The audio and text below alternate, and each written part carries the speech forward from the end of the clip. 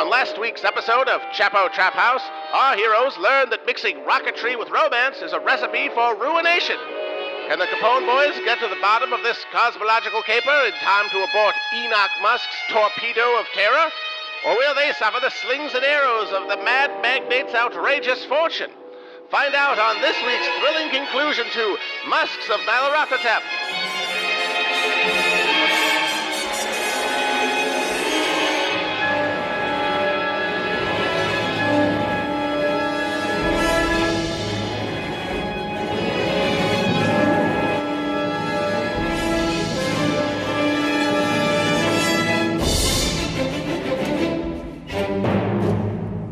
What follows is canon. Professor Hackenbush, you wake up and you're back in the penthouse suites at Tachyon Labs. Oh, thank God for that. You're in Slimes' room. Even better. You see Chadwick and Slimes. They're in bed and they're making love, but their bodies are obscured. I'd like to get a better look at this for research purposes. Frantically, you run around the bed trying to get a better view, but the result is the same. No matter where you stand, you can't see anything but their heads. This reminds me of growing up. Chadwick sees you, and a pang of fear shoots through your heart. He says, "Oh, hey Mac, your sister say anything about me?" Nah, I'm just playing. I don't give a shit about her anymore. The pussy was trash. Yo, why do you care so much about Enoch's rocket? You want to huff his rocket, bro? That's pretty dandy, ain't it? Slimes laughs at you. You're rapidly losing sanity and the will to live. What do you do? Maybe I'll try to explain to them that we were waylaid on the road back to the hotel. It sounds like you palookas should just give up. Also, why you keep trying to explain things? You know shit? Do you learn? That's pretty dandy. Learning is dandy, bro. Well, I assure you, sir, I'm not a catamite, but if I were, I wouldn't be interested in you or your the woman. Obviously not the woman, but not you either. He's making, that same very strange, rickety arm gesture. Chad's bicep grows larger and larger until it consumes your entire field of vision. You feel every pulse of his thick veins hard against your face, and then it all goes black again. Dr. Pennyfarthing, Yeah. You're back in the cafeteria at Tachyon Labs. Okay. Tables are full with animated scientists and engineers all chattering enthusiastically over big flagons of that white beverage, periodically making that facial expression of surprise and excitement. You're standing over a table of 3 of them, talking about your show. Oh, good heavens. Did you see that Capone Speakeasy is doing an interview with Enoch Musk? The 3 of them go, ah, and make that face. Heavens to bacon, I love him. I love him so much that I work for him and live in his house. That episode is going to be so much this. I bet William Hackenbush is going to drop some epic race science bombs on us. Well, I bet Lieutenant Cumtree is going to introduce another hilarious character, like the Bulgarian mailman, or what if Woodrow Wilson were a revenant?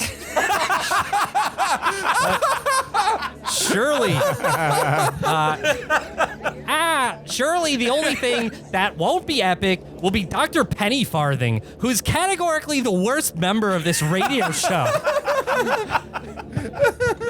I bet Dr. Pennyfarthing will deliver yet another one of his boneheaded tirades about the need for a mass working class movement to replace the genitals of humans with those of livestock. Well, I can't say that I'm not perturbed by this insouciant prattle.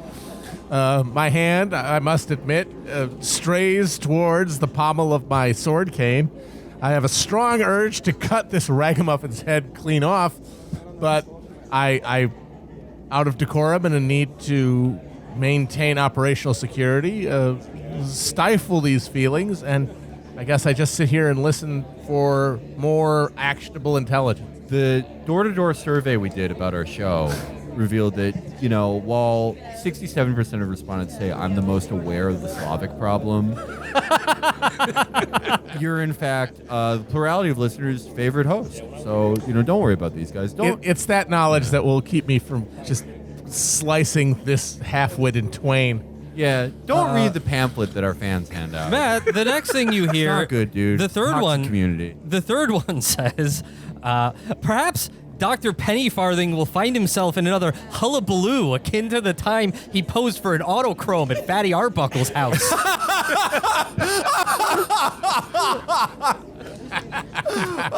Oh my god. Oh my god. Matt, a server walks by holding a shiny silver platter. You glance into it, and the reflection that peers back is not your own, but that of one of these men, one of these scientists with an unkempt beard and a jaw so slack it hangs several inches beneath the top of your mouth. Felix. What's up? You're on a brilliant green field. In the distance, you see tiny cities, mesas, a swamp, a desert. Water surrounds this land. You're on an island. You're playing hoop and stick. You're doing an extremely good job, moving the stick in a circle with expert precision. But your teammates are floundering.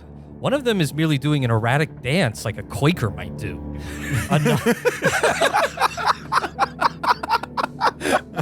Another says, I need sticks.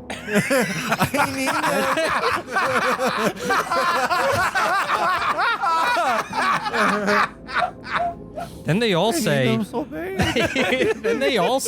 I need stick. Do you have sticks? Can I get a stick? Seemingly out of nowhere, flaming hoops soar through the air. When they make contact with your teammates, they explode like sticks of dynamite. You look all around you, but you can't see your antagonist or antagonists. You can only hear the hoops whooshing through the air. Make a dodge roll. That is a 2. Really? 002? Yeah. All right. I'm a fucking god, dude. You dodge a hoop about to decapitate you. You look up, and on the high ground is that burly man from earlier, that Chadwick from the factory. He's pushing 5 flaming hoops at once. Mac, how come you keep losing to these kids? Yeah, first of all, I don't really have the best peripherals. I actually have a job that demands me to wake up early, and often I'm less well rested than these children I'm playing against. And also, actually, kids have better reflexes, so it's actually amazing I won as many games as I have. And also, fuck you, if I had longer fingers, I would be able to maneuver the stick better and the hoop. And also, it's fucking RNG, it's luck. Yo, self-pity, that's the cat's pajamas. Why don't you give it up? Why don't you give up and go back to New York where you belong? All right, he's hit the rage button. I'm about to rage on my stick and hoop stream. Have a heated stick and hoop moment. I'm gonna call a good Protestant a papist. You know why everyone thinks we have a toxic culture? You can do one thing. What do you do? All right, I want to argue with Chad. Okay, what do you say? Oh yeah, how many fucking games have you won, dude? He cackles at you and then sends all 5 hoops towards you. I'll say one thing you can do is make a dodge roll, but I require a hard success, which is to roll half your dodge or lower. Got to get under 15. Let's go.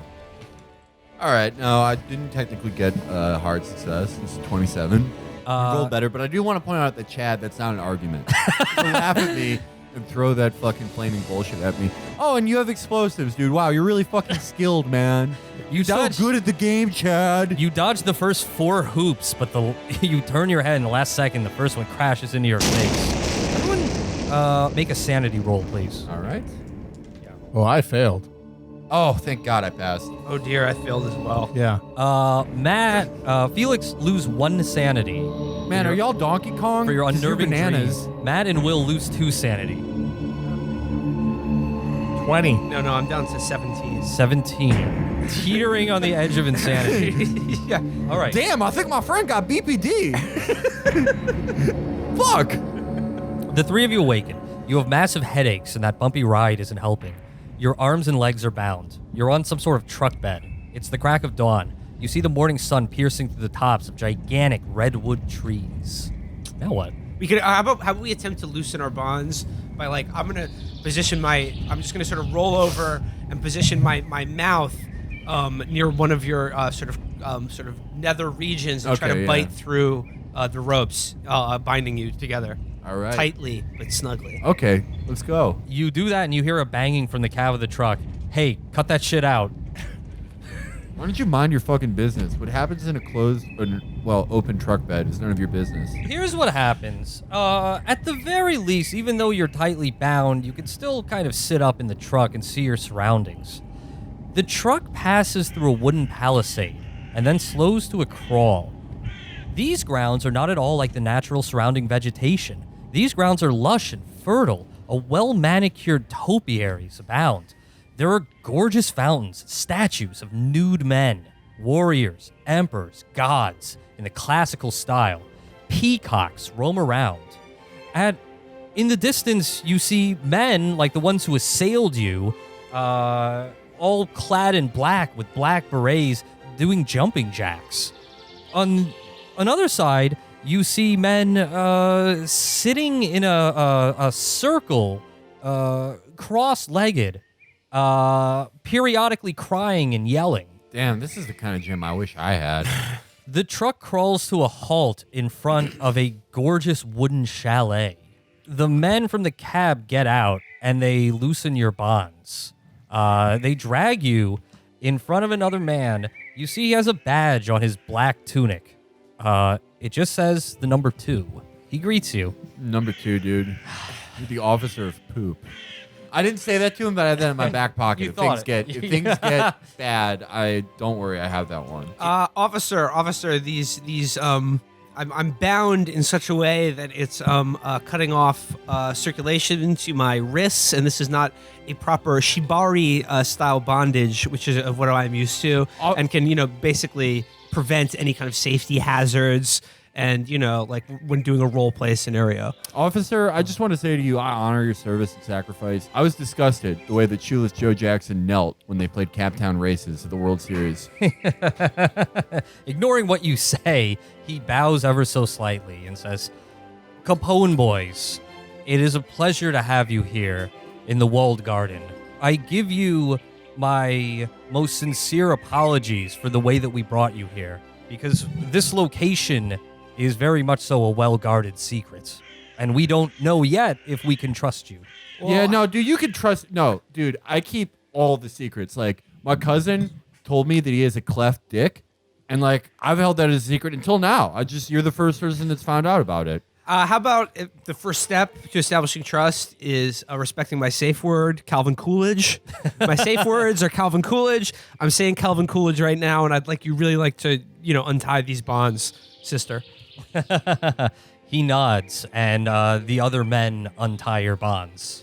Well, that's the first step on the road to trust. Now, maybe you'd like to know something about myself. Dr. William Hackenbush. We know phrenologist. We know quite a bit about you. In fact, many men come here to the walled garden with knowledge of your program. Well, cool. Seems to have gone from bad to better. How about, who are you and where are we? My name is Tu. You're in Northern California, in the walled garden, the compound of the great psychoanalyst, Jurgen Peterman.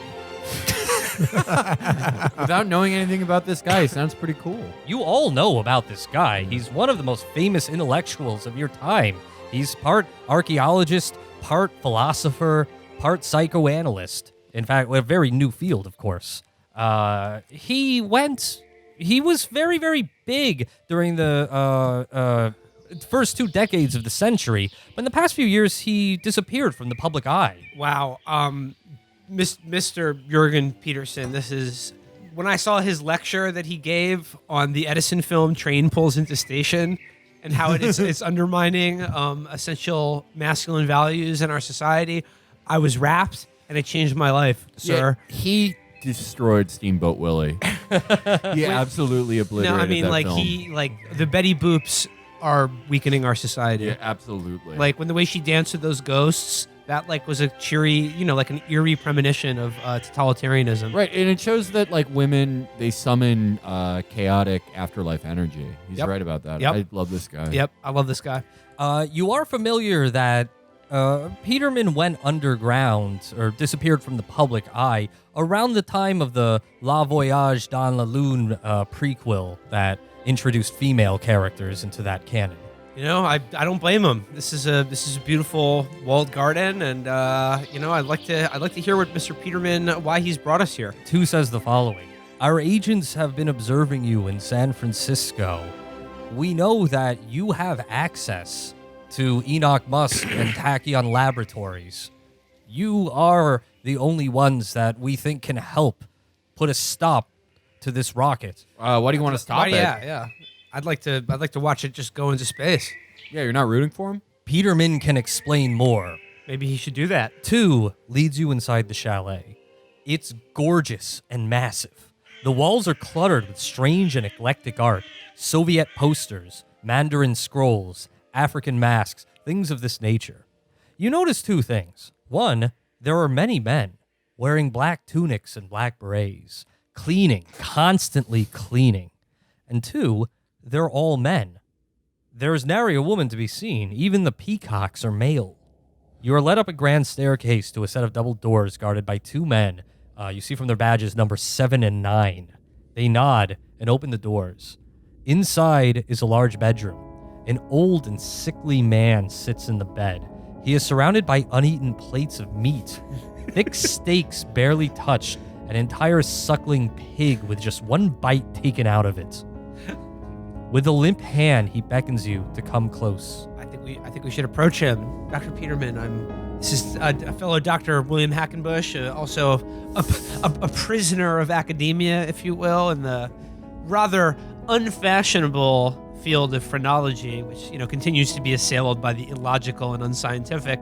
And as such, as a phrenologist, I have watched your work from afar with great esteem and respect, and it is an honor to meet you, sir. You're Dr. Hackenbush, Professor Hackenbush. Your obsequiousness does you no favors. But I thank you nonetheless. Capone boys, there's not much time left. Listen closely, sport. Learn the truth, all right? You ready there? Ready. Lay it on me. Ready. When I was a younger man, just beginning my academic career, I by chance ingested a substance from the chemistry department. It put me to sleep for a long time. I awoke in a land that I call the Void. It's a land not unlike our land, beyond our land. A place with no time, no physics. For many years, I've wandered this land in my dreams. There I studied at the feet of the greatest teachers in the universe. There I recoiled in horror at the most grotesque monstrosities. So we have teachers, and we have monsters. What do we have there? Sounds like the modern university, am I right? He turns to Matt and Felix. What do we got?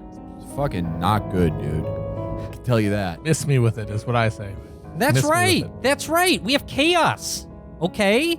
Now what's the That's what I was opposite? saying. Now what's the opposite of chaos? Gotta think Non-chaos. A made bed. Okay. Anti-chaos. A Okay. clean room. a tall glass of milk to drink when you wake up. Okay, that's right. It's the patriarchal world of light. That's the opposite of That's what I'm chaos. saying. Yeah, Absolutely, yeah. absolutely. Totally, dude. Our Yeah. reality. My sister was actually allergic to light, so she would only ever be in the dark. Wow, that's Our crazy. reality is the world of light.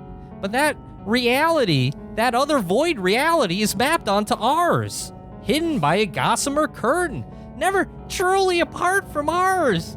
It's only through maintaining the world of light, by cultivating our walled garden, that we can keep the chaos of the void at bay, okay? No, All right? Professor, I've cut all chaotic people out of my life.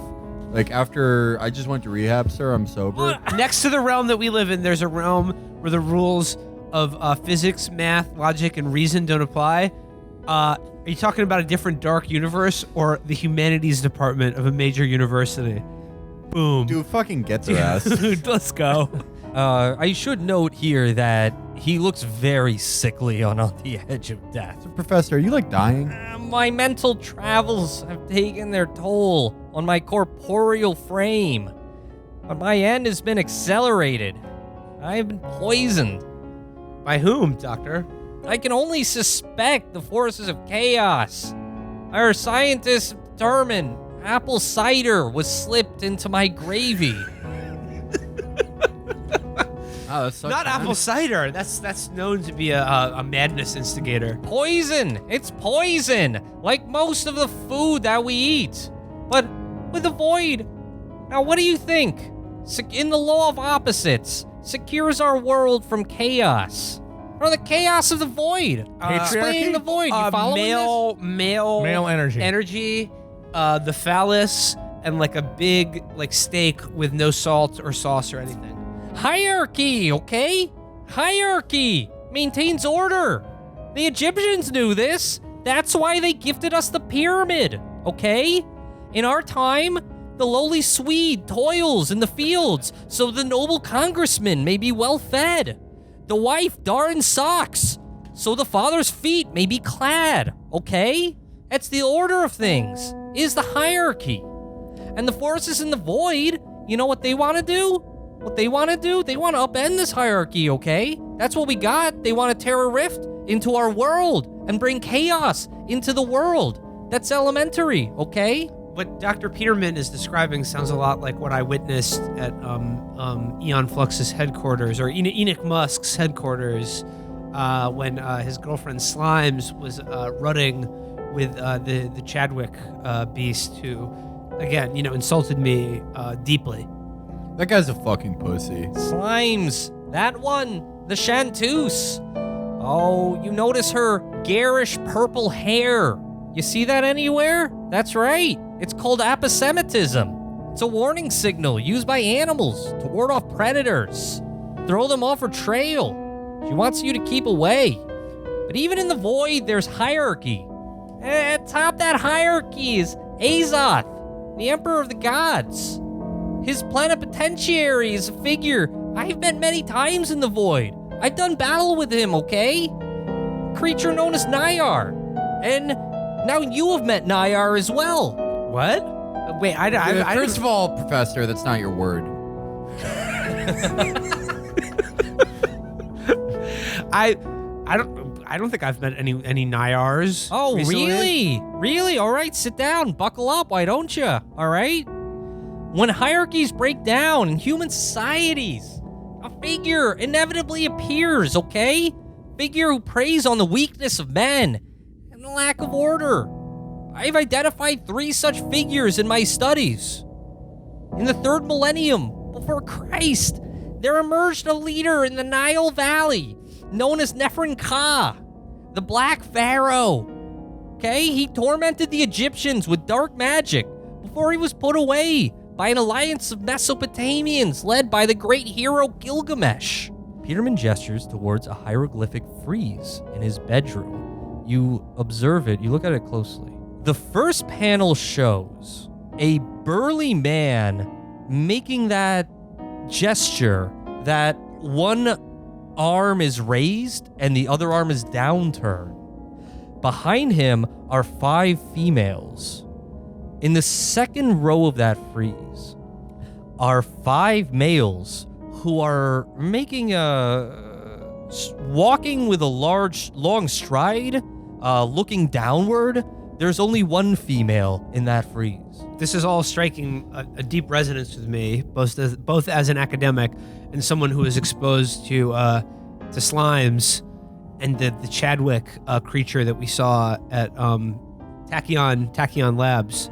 This Chadwick character is in fact some sort of embodiment of ancient mystical lore, as what we're seeing here in these hieroglyphs. Oh, good guess, Bucko. Well done. You get a gold star there. You happy about that? You get a trophy. Yes, all right. I you put am. that one together, huh? I am happy. If you follow my writings, my treatises, you know that figures emerge in every society. The same figure.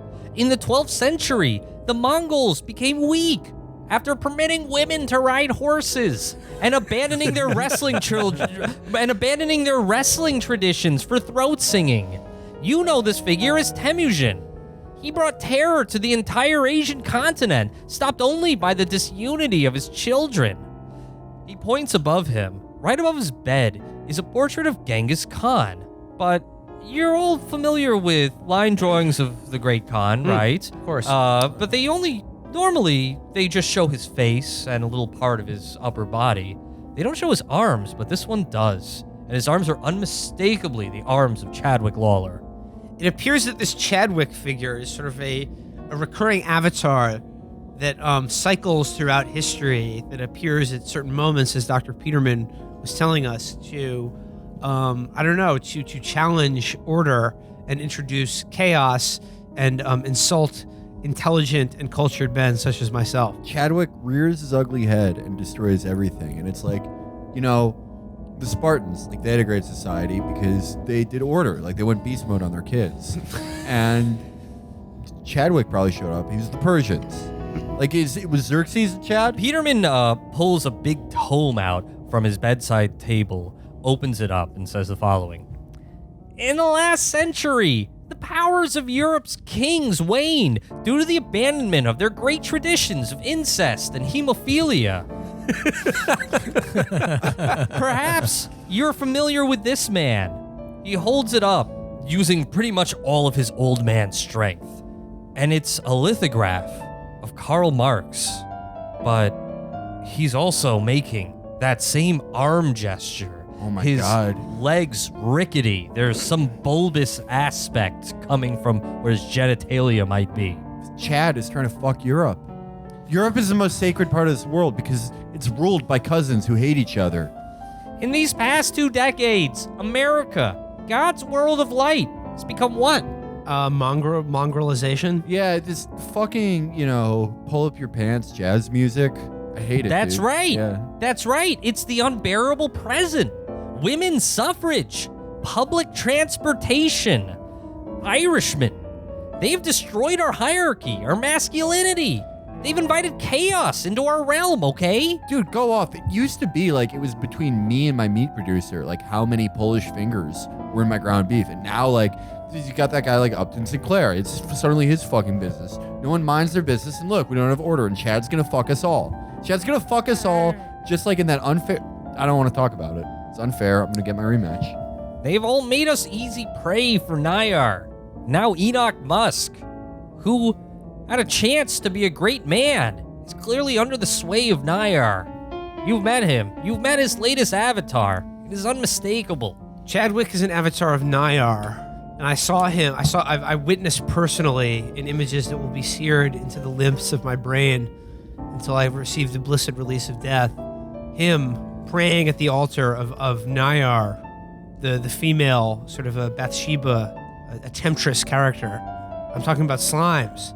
And Dr. Pennyfarthing, you found her latest music cylinder, which contained within it an incantation calling forth chaos and banishing consensual incest among the ruling class. Yes, she's clearly some sort of adept into an occult realm. There's no question about that. Gentlemen, as Dr. Peterman has laid out, our trip here to San Francisco was no mistake, and we find ourselves once again embroiled in a battle for the future of this thing we call humanity. My agents have infiltrated Tachyon Labs. They've been observing for several years now. They've not been able to figure out what Nyar's plot is this time, but we know it has something to do with that rocket. But our abilities are limited. We attempted to kill Enoch and Slimes with the destruction of the first rocket, but it failed. Dr. Peterman, you're telling me you were willing to sacrifice up to 500 immigrants and then 1 or 2 people for the sake of killing just Slimes and Enoch Musk? For the greater good. You have to understand.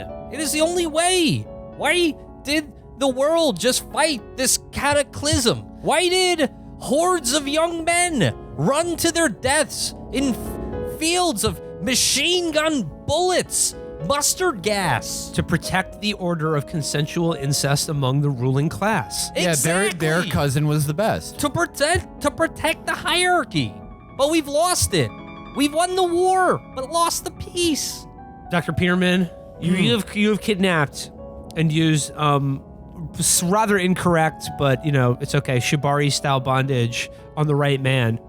And that man is me.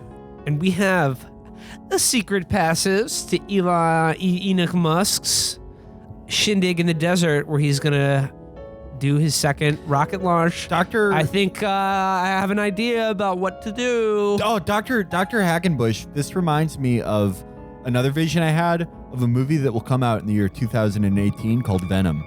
This is eerily reminiscent of the plot of that movie that I've imagined will come out many years in the future. If you were to confront the eternal adversary, whom I've confronted many times in the void, using logic to prove my point and embarrass him, if you yourselves are to confront him in our world, you first have to sort yourself out, okay?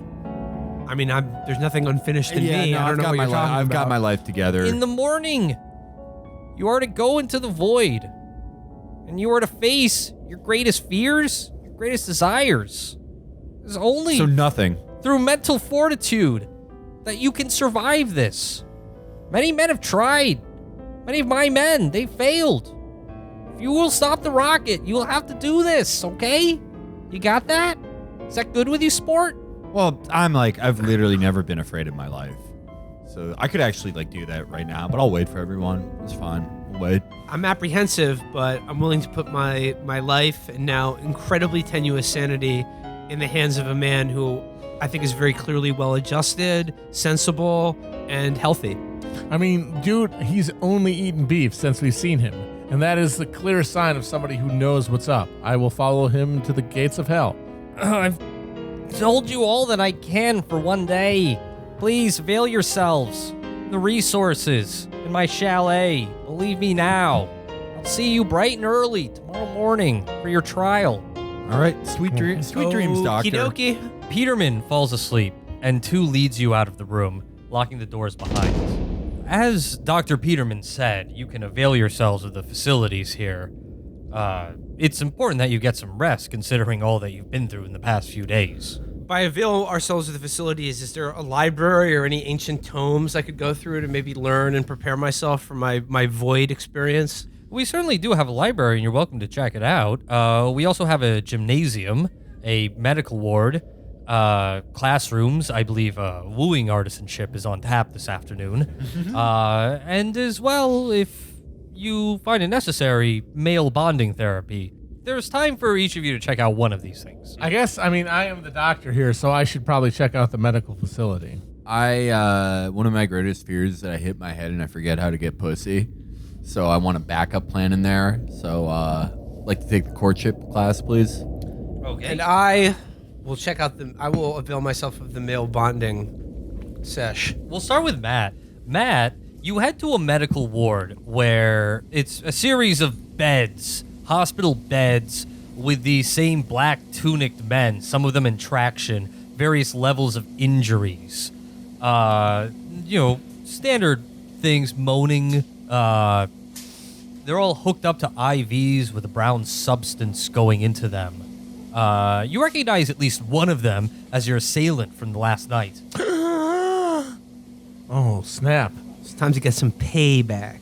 I'm not going to do anything crude like that. I would rather spend my time investigating and finding out any kind of useful information. I think you should look closer at what's in the brown bags being fed into them like motor oil. I would like to see what these people are being infused with, that's for sure. Hashtag food porn, hashtag beef sirloin. Hashtag chefing it up. A doctor is moving from bed to bed, checking on the patients, ensuring that they're getting the proper regimen, that sort of thing. I want to do whatever it takes to find out what this brown substance is. Well, you could go to a guy who's just in like a total full body cast and just take it out. Yes, that's what I Take want it to out do. of him. Yes. You do so. You give it a sniff. It does smell like meat, drippings, that sort of thing. Thanksgiving dinner, Easter ham. Interesting. Is this just an infusion of protein? Is this what we're dealing with? Some Presumably, yes. Some sort of quack diet that involves the person in just ingesting nothing but protein to the exclusion of all other nutrients and then never moving their bowels. I would like to get a sample of the infusion. I mean, this is a diet that by 1950 every American will have adopted. And will subsequently be able to live to over 200 years old. You decant some of the fluid into a test tube in your that you carry around with you.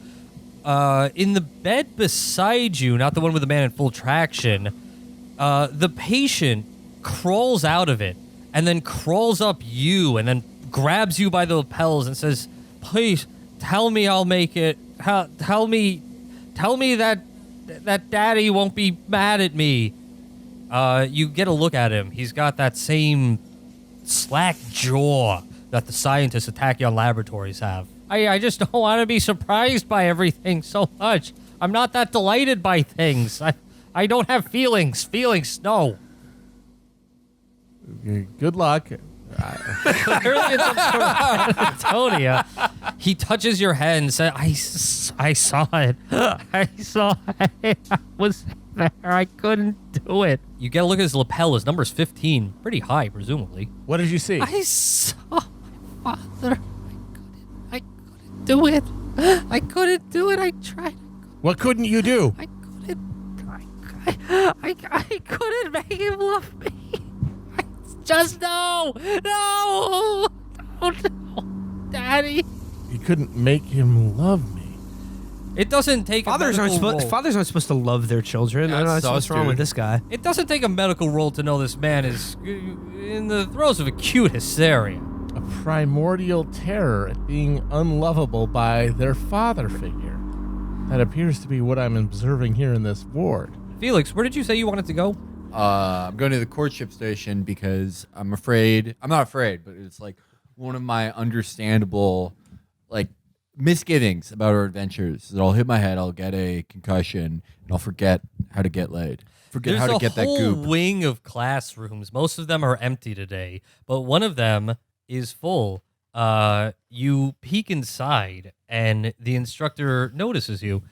There's about 24 men paying attention to him. Man, how are you going to learn how to get some slime with only dudes? Here's what the guy looks like. He's wearing the same tunic as everyone else, but it's festooned in some fashion. There are peacock feathers all around it. It's bedazzled with gemstones. Oh my God! So he's like wants to make himself stand out. It's almost like he's behaving like an ostrich. Instead of a black beret, it's a bright pink top hat. Wow, that's fucking Frankly cool, absurd. dude. Nothing that you've seen before. You look fucking gangster. Confidently, he shoots you a glance and says, "Hey, killer, I'm number 75, but you can call me Cryptic. Yeah. You're just Yo, you're just in time. You want to run some sport on this HD9?" He gestures to a wireframe mannequin wearing a corset. Everyone in the class is looking intently at you. All right, I have no idea what he's talking about, but I'd like to know more. This guy seems really cool. Hey, don't be shy. I'm not shy, dude. I've fucking never been anxious in a social situation, honestly. I can see that, man. Be the man who controls his social situation. I do. Be in control of your environment at all times.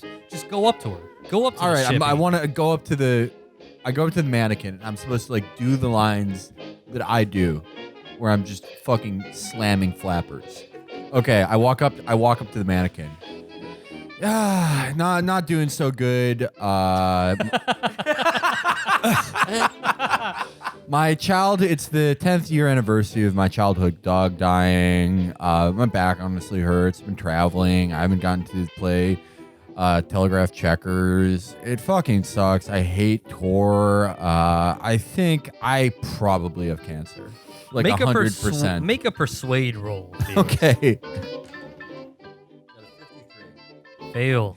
The mannequin, for some reason, a ghostly voice comes to the mannequin and invites Felix back to her ladies' boarding room, to which Felix just replies, "No." I'm good. The 75 shakes his head with kind of a smirk on his face. Everyone else in the classroom kind of goes, "Oh, boy, all right." What Says, brother, you could use some sport, okay? Here's what you need to do. 1, build her up. And 2, tear her down. You do that through negative reinforcements. I'm honestly disgusted by this. This is not like the proper way that you bed a harlot. It's like all sexual attraction is based on the woman feeling sorry for you. You have to bring up everything bad that's happened to you. That's the only way you're gonna get that sweet slime around your flagpole. 75 just smirks at you and says, 117, why don't you give it a shot? A very, very small and thin man comes up. Not a looker by any means. Frankly, he resembles someone who might listen to your radio show and you might look down upon. He goes up to the wireframe mannequin, and says, "Hey, I really like your figure. Are you an extra in Baum's novel, The Wizard of Oz? Are you a scarecrow of some sort? That's so stupid. Everyone applauds That's in the so classroom. stupid, dude. 75 says to you, hey, my clearly charismatic friend here, why don't you tell the class how to do it? It's easy. All right, I'm imagining a show that will be made 80 years in the future. It's about guys who work in advertising. It's called Insane Guys. What's advertising? You know, it's like when you draw blackface to get people to buy your toothpaste or Right. whatever. To Yeah. get, That's to what get, to buy your advertising- like when you take out an ad in the farmer's pamphlet for, Right. or circular for your Vital Tonic. I just read I read a really persuasive article about a young man named Edward Bernays who pointed out exactly what persuasion meant in the popular context, and he really made me understand exactly what advertising was going to Yes. mean in the future. Right, so- Advertising. It's one of the Jewish sciences. Right. It's okay. So I'm gonna be like this character in this show I'm imagining, Insane Guys, Ron Raker, and he's very smooth. It'd be like this: women have an entrance. The only way they'll let men in to their city walls is not if they see that they're a well-outfitted army outside clamoring to get in, but a crying small child just wanting to eat the rats in the alleyway. And I put it like that, like very smoothly, in a metaphor that they can understand for my model of courtship, which is pity-based. And I'd like to roll a persuasion roll. Felix, what's your power? 55. Roll the higher of your power or persuasion. Yeah, I'm gonna admit I'm not rolling as good at this as I am at combat. okay. I didn't convince any of these guys. Whatever. Yeah, they're like, what? Whatever. Fuck you guys. 75 starts chuckling. You have fun trying to fuck this mannequin. I'm gonna be out there telling women, all sorts of stuff. I'm gonna talk about how Woodrow Wilson was my friend and like his stroke really affected me. I'm gonna tell. I couldn't be alone right Yeah, I now. couldn't be alone. Yeah, I'm just gonna bring up all of it, and it maybe might not work for you guys because you're not charismatic enough. You have to wear these fucking tutus. But me personally, works for me, and that's what matters. Let's wheel over finally to Professor Hackenbush. Where did you want to go again? The male bonding Of seminar. course, right. You wander around the grounds. You can't really find it inside the building, so you walk outside and you find it. It's on the grounds, surrounded by these lush topiaries. There's a circle, the circle delineated by white rocks, and this circle is not. There's no grass there, and there's just men sitting cross-legged.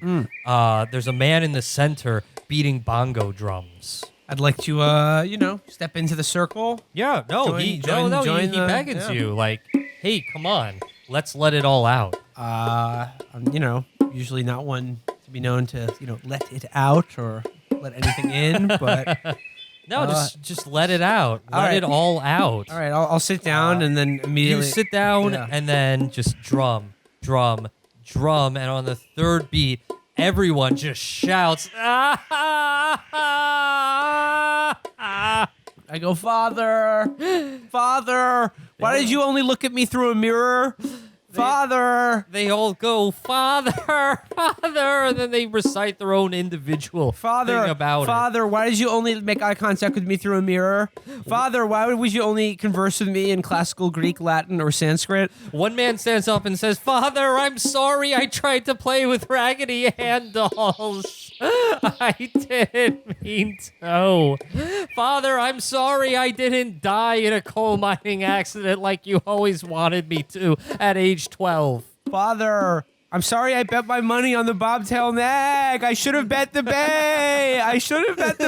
Father. Don't chastise me in ancient Greek. You let it all out. You shout, you let it all out. And you feel, It's almost like he's giving away his tears for fears. Will, you feel a lot better at the end of this Can I get- 7-hour shouting Can I get a session. few sanity points back? Yeah, you can. Oh wow, dude!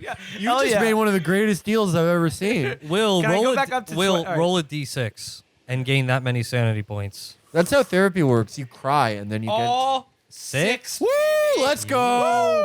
So what are you up to now? 1, 2, 3, 4, 5, 6. I'm now at 24. Well, all right. Nighttime now, you get Din Din at the beautiful cafeteria. You're eating meat. In the morning, your trial. Anything you want to do tonight? I mean, I We think can- I'll probably just get a good night's sleep.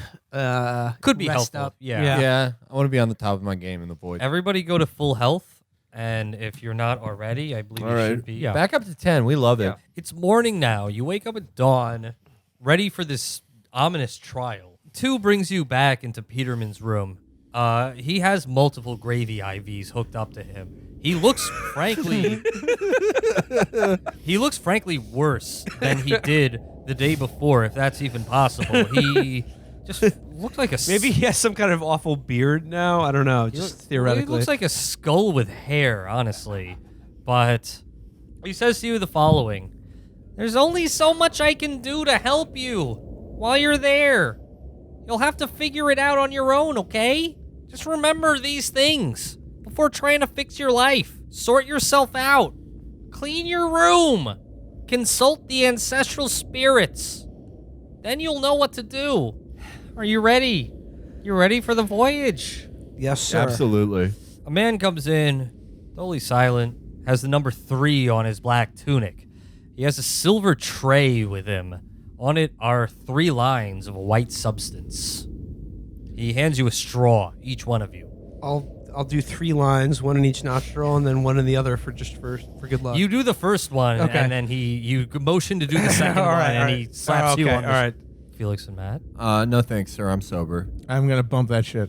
Peterman glares daggers at you, Felix. Oh, wow, dude. You really pissed at me. What are you going to do? Get out of bed? Lieutenant Country, if I may, I fucking love you, dude.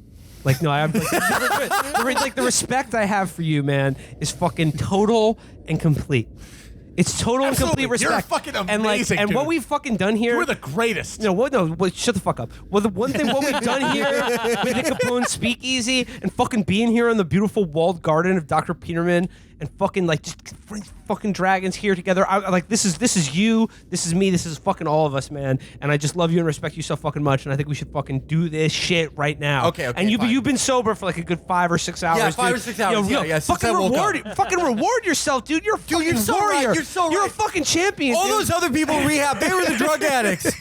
All right, give me that line. Give me that line. You get the line. You do the line. The 3 of you close your Woo! eyes. Oh my god. Oh my god, dude, guys, we need to start a fucking record label so you can do all your Camptown races remix. Dude, we have a fucking record label. Oh, dude, the fucking record label, the same building. We can have a restaurant underneath it. Dude, I love you. It's such a good idea. You have so many good ideas, and then you talk to each other about these really good $1,000 ideas. But then your voices are drowned out by a wom wom wom wom wom wom wom wom noise, and then you see each other in slower and slower motion. Things grow darker and darker until you hear nothing and you just see blackness. And then you open your eyes. The 3 of you are together. You're on a blasted landscape illuminated by 3 dim suns.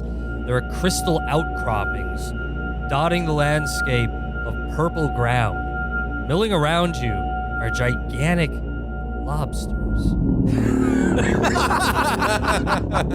You hear Guys, this is wild. This is wild. This is like our reality, but like different, dude. There's 3 suns, not 1. You're not wild. You're more relaxed right now. Okay. You hear avian screeches in the distance. And also you see in the distance a gigantic black pyramid. It's perhaps 2 to 4 miles away. You're all naked also. Good thing I'm okay with that. Yeah, I have nothing to be ashamed of. You feel a gust of wind that chills you to the bone. I think we should walk in the direction of the pyramid. Let's do it. As a white hotep, I know pyramids are a source of strength and masculine scenarios. That's right. You told me that the Angles, like they were the first Egyptians. They were colonized. Yeah. You walk for an hour in this blasted landscape. The 3 of you make spot hidden rolls, please. Fail by 4. Fail. Fail. Will, you did not want to pass that one because on the spot hidden roll, you see where the screeches are coming from. They look like birds or gigantic bats, otherworldly, terrifying things. They fill your heart with fear Make a sanity roll, please. Ooh, that's a fail.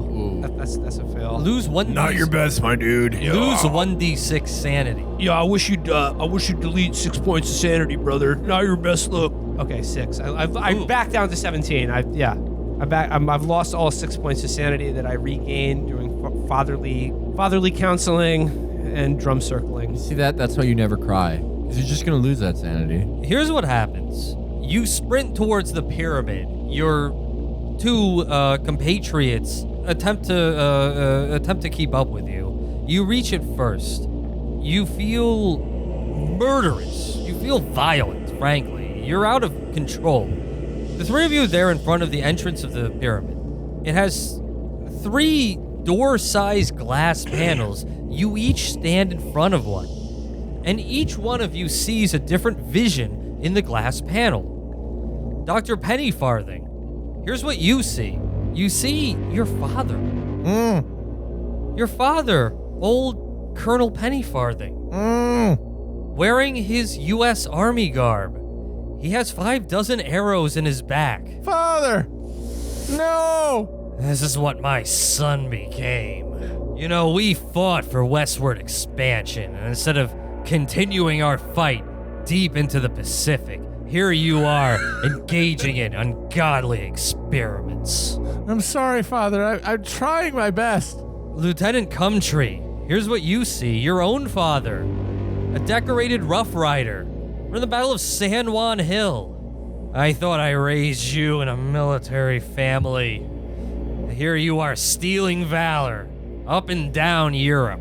All right, well, first of all, He has no legs, by the way, and stands on 2 peg legs. yeah, it shows you sucked at war. First of all, I wrecked 100 Spaniards in Cuba. What have you done? they're the weakest Europeans, first of all. My friend Dr. Hackenbush has told me about that.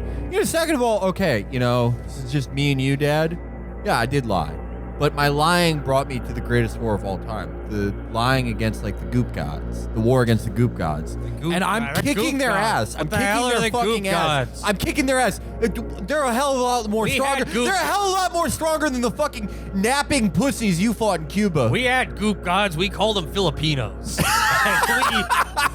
And then I was stung by a mosquito. I've fought disgusting sea creatures, probably from hell, probably somewhere worse. You haven't fought anything. Yeah, I have. Playing jacks all day. I literally. That's your job. Fuck you. Fuck you. Yeah. You don't know a thing about honor. Respect your father. Respect your father. Fuck you. First of all, in the Far East, Jacks players are respected as athletes. That we are. Respect your commanding officer. Yeah. Second of all, I killed 5 guys yesterday. Professor Hackenbush, you see your father is just as the last time you saw him. Muscular, wearing an archaeology outfit. He takes off his brown hat and says, "Son, we need to talk about your sister." Sonia? Yes, Father? It's not right. Know about your journals. Know about your thoughts. Why did you think that would be all right? Quite common among, every ruling class and human civilization, particularly the best civilization. Son, Western civilization. I devoted my life to bones and digging them up, and then deciding that 3 bones meant that I discovered a massive, gigantic creature, such as the Tyrannus Hackenbush. I've dedicated my life to the study of bones as well. You disgust me. When are you going to settle down with a woman you're not related to? Father, you know how work is? The 3 of you standing in front of these images of your dead fathers, they're hectoring you noisily. It grows louder and louder, terrifying you, insulting you. What do you do? Give me something. I think we should try to break the mirror. I think we should try to break through the mirror, Smash the mirrors. rescue our fathers, slay the dragon. The 3 of you punch the shit out of these mirrors, shattering them. Your fathers go, "Ah, you're the father now." Yeah, not so tough now, Mr. Made Out of Glass. Disembodied head of Peterman appears, says, "Good job! You remembered rule number 17. Fight your dad." Congratulations! You made it ready for that. inside the pyramid of the mind. Go quickly now. There isn't much time. Yes, sir. Yes, ma'am. Could I get another heaping of the elder gods? Carefully, you walk through the shattered doors. You're walking through a very long, very dark chamber. At some point, the chamber becomes so narrow that you have to crawl through it. After about a half mile, that shaft you're crawling through turns into a slide, a sand slide. You lose your footing. You fall for several minutes in total blackness. You can't see anything. You can't even see each other until you're deposited on what seems to be an island. An island surrounded by swirling purple fluid. The island is filthy. It's covered with refuse, consumer goods, spoiled foods, unwashed clothing, very juvenile recorded music cylinders, things of that nature. Jacks. Jewel containers. Right, by which you mean containers for rare jewels. Yes, of course. Yeah. There are brooms lying around. At the center of the island is a beautiful woman wearing the garb of an African queen. She beckons you in a voice as sweet as a mother's song. Come closer. I totally want to have sex with all of you. And it won't be gay. Well, she wants to have sex with me more than any of you. All of you. Yeah, me especially. Together. Come together. All of you. Towards me. Now what? I think we should do it. I mean, I haven't. It's a think of it as a team building exercise. Yeah, you're right. You're right. We can build our cooperation. We will be better broadcasters after having negotiated a four-way sexual encounter with this strumpet. If I can confess something, I haven't done any team building since Sonia was taken by consumption. By consumption, I mean being consumed by rats. But as long as we're here in the Netherverse, you know, what happens here stays here. So let's just fucking do it. Yeah. Exactly. We're already nude. Guys, let's be Spartans. We're already nude, and let's go beast mode. Yeah, let's go Come beast mode on the closer. city. You approach the woman, and she flickers in and out of view. But what flickers into view is a gigantic serpent, a massive, terrifying beast that you've only ever seen in coolie restaurants on the placemats. Everyone make a sanity roll. Oh, no. All right, now Failed that one again. Failed it barely, but failed it. Everyone lose 1d6 sanity and tell me how much. Lost 4. Lost 2. I only lost 1. 2, 4, 1. Down to 32. You're terrified, but you 18. keep it I'm together. the most sane guy. I'm at 12. Ooh, I'm at You're one shot right now. Here's what's going on. We're gonna go by dex ranks, and you're in a combat situation against a horrible, female serpent of some sort. We'll say she attacks first. She attacks you, Will. You can make a dodge roll on this. Yeah, great. I passed it. Nice. Pass it. Fucking poggers. I passed it by that's a 3. I just rolled a 3 She on heads to you, 35. and you dodge out of the way just in time. Now what? Can I just try to just hide, basically? Yeah, sure. You duck in a pile of. You duck in a pile of video cylinders. And really hope this dragon doesn't see me.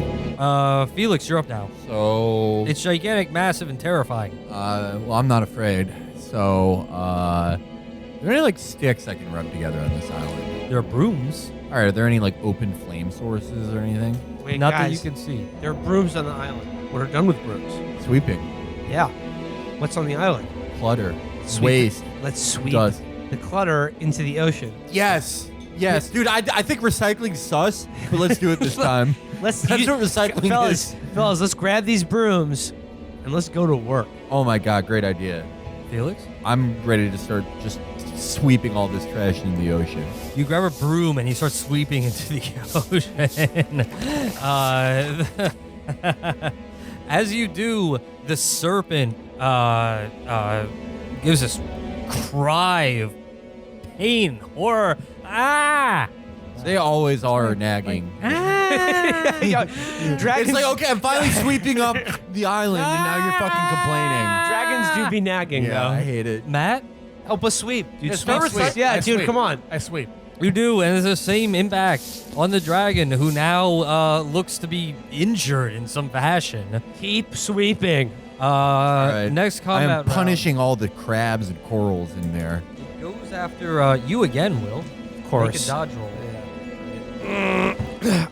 Roll the 3 again. This one also rolled a 3. What? But you do pass a tie, actually, with a dodge roll, so lucky you. Mm-hmm. What do you want to do? Well, I just keep sweeping. Keep cleaning up this island. You sweep a pile of Collier's Weeklies into the purple goop. Felix? Is there a bed on the island? Oh, fine. Yeah. You know what? Yes. There is a bed on All the right, island. I start making the the one bed. you were supposed to copulate on. I like wistfully look at the bed, thinking about how I could have fucked that dragon and she would have fallen in love with me. But I start making the bed. You start making the bed, and the dragon does not like this at all. It's too much order. It's Yeah. Matt. Keep sweeping. You sweep a pile of, I don't know, Tijuana comic books into the ocean. You sweep a pile of fucking Jewel containers. Jewels. Rare jewels. Mango, the rarest jewel. a pile of erotic gasoline alleys crumpled up. One more time, I say it gets to attack you, Matt. Matt, you can make a dodge roll. Fail. Matt, lose 5 points of strength. It saps your masculine energy. But the thing is, clearly it's death throes. I'd like to, of what little is left on the island, I'd like to start organizing it. Oh, God. All right. Yeah. You start taking a series of racist dolls and then putting them in order in terms of skin color. I'm ranking the gollywogs on a spectrum from lightest to darkest, and then I'm taking all of the old cutouts of the yellow kid and arranging them by date. The island is now spick and span. The bed is perfect. The racist figurines all set in perfect order. And the chaos dragon disappears in a point of light. You hear the bubbling, boiling sounds. The purple water surrounding the island grow angry. And then they rise up, taking you with them. They shoot up like geysers. You travel again for several minutes, now upwards, up. Yo, doing the Charleston, RIP, just killed the club. We're being caught on a geyser of goop, a goop geyser. Yeah, you're being shot up with a goop geyser. The purple geyser deposits you in the central chamber of the pyramid. Here you see the following. 1, in the center of the chamber is a golden sarcophagus. You can't make out the face on it. There are 3 thrones in the back of the chamber. Now what? Let's sit on the thrones, and if we're right for the thrones, the sarcophagus will open. That's what my dad always told me. You walk towards the thrones. Professor Hackenbush, you see it first. On one of the thrones appears your sister. She's beautiful. She's wearing her wedding dress. She looks every bit as pure as the day she died. She holds out a jewel pod, by which I mean a container of jewels. a case that contains a jewel, in this case, a wedding ring, and says, "There's one for you, dear brother. Come, be with me. Forget this life. Be with me in eternity." Dearest Sonia, there's nothing that would give me sweeter bliss than surrender to the Elysium of your embrace for the eternity and the evermore and the everlasting nothingness. But I have too much to do and too much to conquer in this life. Brother, make me so sad. Sonia, That's all I've ever wanted. it's not you, it's me is really what I'm trying to say here. But it's In that I'm still alive and you're But it not, wasn't your so fault. it's That- sort of a lifestyle problem that, Brother, it wasn't your fault that a triangle shirtwaist unpleasantness wasn't your fault. well, I've learned about playing with those Chinese firecrackers. Let's put it that way. Dr. Pennyfarthing, on the second throne materializes a man, but he's a hybrid. Man and goat. An awful, disgusting creature with the genitals of a goat, but the torso and the face of a man. His testes are so large and so perfectly round, huge, swollen. On a pan flute, the creature plays the sweetest song, and you know this is your utopian ideal. Oh, keep going. It says, I'm almost there. I'm Hello. almost there. "Hello, Father. Keep going. Keep going. Are we home now? Doop-de-doo. Hoo-hoo-hoo. Yes. Keep going. Keep describing. Yes. I'm almost there. Father, stay, Oh God, yes. stay here with me. Yes. Oh God. Together. Oh God, yes. Keep talking. Will you, Father? Yes. Oh God, yes. What do you do? I nut. If I recall correctly, nut? if I recall correctly from your self-experimentation, you've lost the ability to ejaculate. No, I can still nut. I nut all over the place. If you insist. Yeah. This creature still beckons you. Father, come to me. Okay. Be with me. Yeah. All right. Let's do it. Current orientations. Will is standoffish. Dr. Pennyfarthing is moving towards his beloved. Felix. Mm-hmm. Lieutenant Cumtree. Yes. You see these two guys get their greatest desire. So you look presumably at the third throne. You're like, all right, where's my thing? Hit me with your best shot. You know what it is? Hit It's your me. greatest desire. It materializes President Calvin Coolidge. In front of him is a luncheon set out on a table, sandwiches on toothpicks, potato salad, a tea kettle.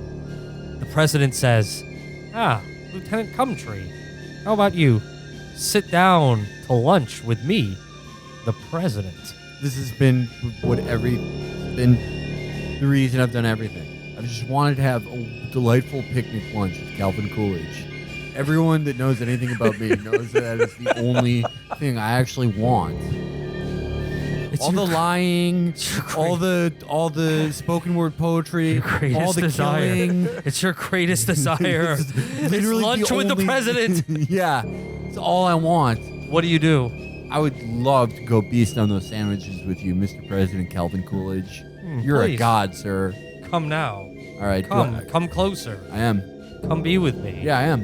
Please. Dude, I'm fucking doing it. Will, how do you feel about all this? I'm gonna say, guys, you haven't imbibed Dr. Peterman's lessons closely enough. I think this test is about self-discipline I don't and give a self-denial. shit. It's literally like right there. I'm gonna look like an asshole. Like he brought out this fresh potato salad. Felix- But in denying your greatest desire is how we become our greatest selves. Felix, the president says, please, there isn't much time. I have to go sign the Dawes Treaty into law. Do you hear that? Like, the fucking lunch clock is ticking, you know? I want you to tell me your stories of serving in Oh my god. all I of the would European love to. battlegrounds. Oh my god, I have so many. And you know I don't talk very much, so I'll mostly Yeah, listen. they call sir. you Silent Calvin Coolidge. That's your name. Here's what happens. Dr. Pennyfarthing and Lieutenant Cumtree, you both embrace your greatest desire. And guess what? Oh shit, it was fucking hologram. It's actually a fucking horrible monster. God damn it. Fucking lag again. Professor Hagenbush, yours just disappears. Well done. Been there, done that. He's come and gone. The one that got away. In any event, well, here's a straight fucking combat round. Will, you can go first. Penny, Farthing, and Gumtree both facing pretty much identical creature. Oh, wait, actually, everyone takes a sanity roll for seeing that. I'll say Will doesn't have to take one. Thank Christ. Oh, I fail mine. Fail the shit out of Oh, mine. strong pass. You got a pass? I fail. Strong pass. Felix, dude. lose It's one just sanity. You're rattled, but you keep it together. Matt, Still the highest sanity. Matt, Don't wanna roll brag, a but I'm at 1d6 31. and tell me what it is. 6. 6. Lose 6 sanity points. Well, How many? now I'm 12. You're down to 12? Yes. Y'all MF should be in soup because you're crackers. That's good for both a temporary insanity and a fucking permanent insanity. Damn, sucks. You have a bout of madness. Oh no. Ah, blah blah blah blah blah. Ooh, it's a good one for you, though. Matt, a red mist descends on you. You explode in a spree of uncontrolled violence and destruction. Good for you. Now you're basically an NPC, like the famous memes and Harpers. And I'll be nice and say that you just attack your antagonist here. But I will say you also come out of this with a permanent, debilitating fear. Roll a d100 for me. 18. Ballistophobia, wonderful. Ballistophobia, you're afraid of bullets and missiles. Who isn't? What the fuck? Yeah, everyone's afraid of bullets. Yeah. Oh, bullets! Give me more of those. Please. I'd like to jump in front of all of them. Okay, combat round.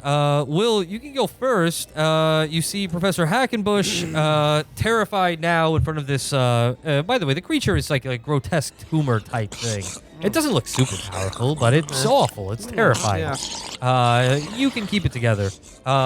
Same thing fighting Felix. I presume you want to help Dr. Pennyfarthing. Because he seems less able to, defend himself, and he's nude. He's in a bad way. Well, we're all nude, but, Well, you're all nude and loving it, and you're thinking this might be the future, just being free at all times. I will brawl.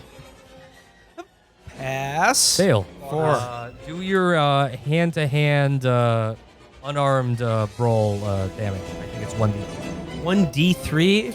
Okay, okay, there you go, dude. You're right. I'm sorry, Felix. Yeah, suck my fucking dick, everybody who's listening to this. 2. Felix, you just saw that the President Calvin Coolidge has become a monster. What do you want to do? You I can go don't on the have offense. anything but brawl, like whatever. Well, I mean that's what it is. Brawl, Okay, I'll just roll for that. Good old I'll roll punching. for that. Yeah, I'll say it. Classic punches that we love to see. I'll say it does a fight back. All right, 25 on 80. It fails. Do your 25 is a hard success. So, Yeah, it's a hard pass. I don't know. What's your damage on that? 5. Now it gets a turn. It attacks you back, Felix. I'm gonna go for dodge. It passes barely. Whatever it is, I passed. I rolled a fucking 0 on one. Yeah. Matt, the creature attacks you as well. Do you dodge or fight back? I'll dodge. Okay. Yeah. Matt, what's the roll? I failed barely, but I failed. It failed as well, so you managed to dodge out of the way. Hooray! And Matt, you have a combat round now. All right, I'm gonna try to fuck this guy up with my sword cane. Let's go. Don't have a sword cane because you're new and naked, have dude. nothing. I'll fuck him up with my pathetic old man arms. Dude, Okay. flop your cock at him. I'll say it dodges. Fighting is 29. I failed. Okay. It dodges out of the way successfully. Next combat round. Will, you're still fighting the one against Dr. Hackenbush. Didn't I do some damage already? You did some damage already. Okay. It's still a fucking undulating, disgusting monster. Well, I'm going to try to attack it again. All right, do it. I'm gonna say it fights back. I failed that. Take 2 hit points of damage. Felix, you're up now. Time to punch this fucking dragon, boys. Let's go. Okay, I'll say it fights back. Pass. Ooh, that's a fail. Take 3 hit points of damage, Felix. All right. Now it attacks you. Do you fight back or dodge? I'm gonna try to attack it again. I like my odds. Okay. You roll on your fighting brawl skills. That's a pass. 42. Fail. What's roll damage? 5 damage altogether. 5 total. All right. Yeah. You wail on it so fucking hard that it's pretty much obliterated. That's what you get for pretending to be Calvin Coolidge, you cocksucker. Fuck you. Matt, fucking suck. I'll say because you're still going through the throes of temporary insanity. Blah, blah, blah, blah, blah. You fight back. Yes. So roll under your fighting brawl against this awful fucking villain from the Underdark. Failed. 3 hit points of damage. Dr. Hackenbush, I have a great line for when we record again. When we talk about Dr. Pennyfarthing being temporary insane, we're going to be like, yeah, he almost voted for William Jennings Bryan. Fucking roasted. Dr. Pennyfarthing, it's your turn. Since you're so insane, I Blah, say blah, blah, blah, you blah. attack it. Blah, blah, blah, blah. Roll your brawl against its brawl. It's going to brawl back. It fails? You pass? Yes, I passed. You pass? Yes. Put a Fucking check on poggers, fighting please. brawl. 1 hit point of damage there. So, Dr. Pennyfarthing, you're still fighting against a snarling, awful beast. I think it's back to the first combat round. Will and Felix, you can come help out your comrade. Happy to. Will, you're first up. You want to Let's- do some punch rating? Yep. Punch and kick. Punch. I'll say the creature dodges because it doesn't know you. Pass on dodge. Oh, that's a pass, buddy. How good of a pass? That's an 8 on 25. We'll put a check on that if you haven't already. Roll damage. 4. 4 damage? Marvel. Felix? 4. Fucking hard pass, dude. All right, roll the damage. Holy shit, 6. So I'm a fucking god. You destroy the awful creatures. You resist. Well, one of you resisted the ultimate temptation of your lives. You're now in an empty chamber. There are 3 thrones and a sarcophagus. What do you want to do? Crack open that sarcophagus and look at that pharaoh. Oh, bet there's some food porn in there. Someone chefed that up. The sarcophagus pops open. Inside is a bunch of rubies. Red rubies. Glistening, beautiful. I'd say fill our pockets. But, Yeah. fellas, we're going to have to fill the other pocket, if you know what I'm saying, to get out of this one. I bite one of the rubies to see if it's real. It instantly cracks my tooth and it starts bleeding. I don't get it examined for 10 years and then I die because it's the 20s. I'm gonna start stuffing those rubies in my Boy Scout pouch. We were naked. Is said- that your asshole? Yeah. Okay. I put some in my asshole too. Matt's in the bathroom. I put some rubies in his asshole. Again, the head of Peterman appears. And he says, Capone boys, I can't believe it. You've done it. None of my acolytes have ever been able to solve these riddles. How did you do it? Keeping a clear head, Not checking off. full heart, Can't lose. betting on the bobtail nag. Let's go. Dude, spit. I love it when you spit. Do day. Yeah, dude. Oh my god. The disembodied head says to you, Kings, Emperors, Popes, now take your places, your rightful places. You've unseated your fathers, and you're the new father. Take your place.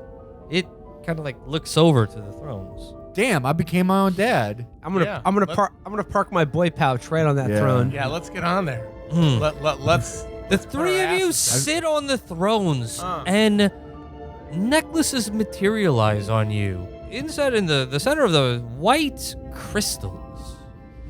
Big white crystal necklaces. Oh yes. Peterman says, these crystals will defend you against the forces of chaos, but only if they're charged through your conservation of your masculine energies. And these rubies, these red rubies, will enable you to see the world as it really is. Isn't that good? You like that? That's what we got here, okay? I cannot. You understand that? I can't think of anything more splendid than to truly see and know the world for as it is, and to have a good number of valuable gemstones in my asshole. It's one of the most important things. Yeah. You can just carry them. That's you don't. No, I mean, these are valuable Yeah. gemstones, okay? You can carry your fucking precious gems, all right, buddy? Yeah, what if I need I wasn't in the Boy Scouts for nothing. I'm no fool. Yeah, Yeah. they might. You're supposed to digest them. They might be gross after. All right, This guy's a professor. What a fuck? fucking idiot. you do you. Dude, you're stupid. Yeah.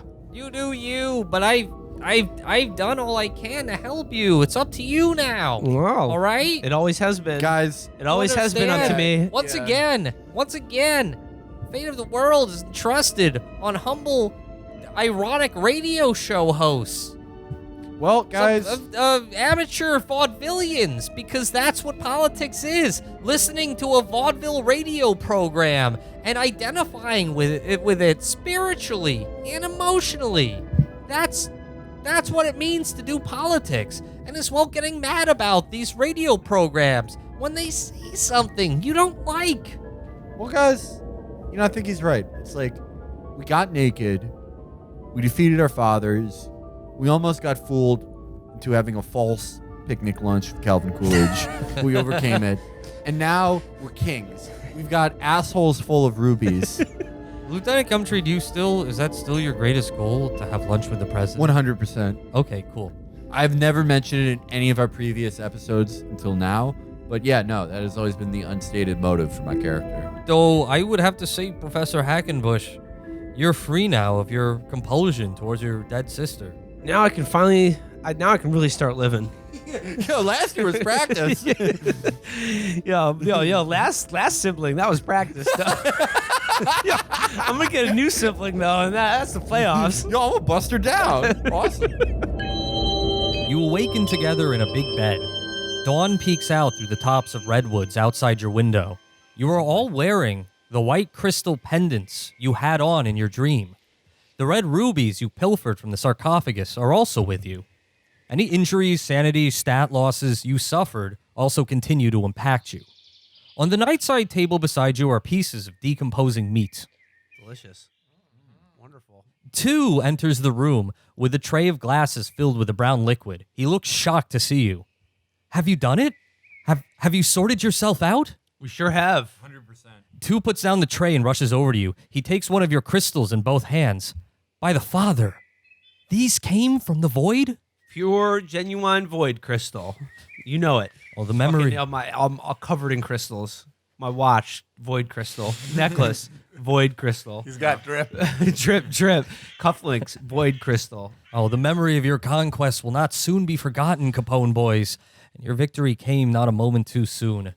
Dr. Peterman passed away from the poison last night. You've been in the void for 4 days. We must leave now for Nevada if we are to fulfill Dr. Peterman's final wish and stop Musks' rocket. The launch is tonight. Get your things ready, and gentlemen, tidy up a bit here, okay? All right, guys, let's sing a song while we make this bed. You look at your bed sheets, and you've been shitting and pissing yourselves for several days now. That's All right, guys, we got to do what you do when you shit and piss on your bed sheet. Turn that sheet over. Let's go, boys. Oh, when I'm in the middle of the night, I like to leak. But when someone comes in my room and has a peek, they see brown and yellow. Oh, I'd hate to be that fellow. Let's turn over the sheet. Let's turn over the sheet. It's a good opportunity as you get ready to go over what sort of inventory you have now, adding the new artifacts you've acquired. All right, I'm naked. I got +7 diarrhea, and I've got tons of sharp jewels up my asshole.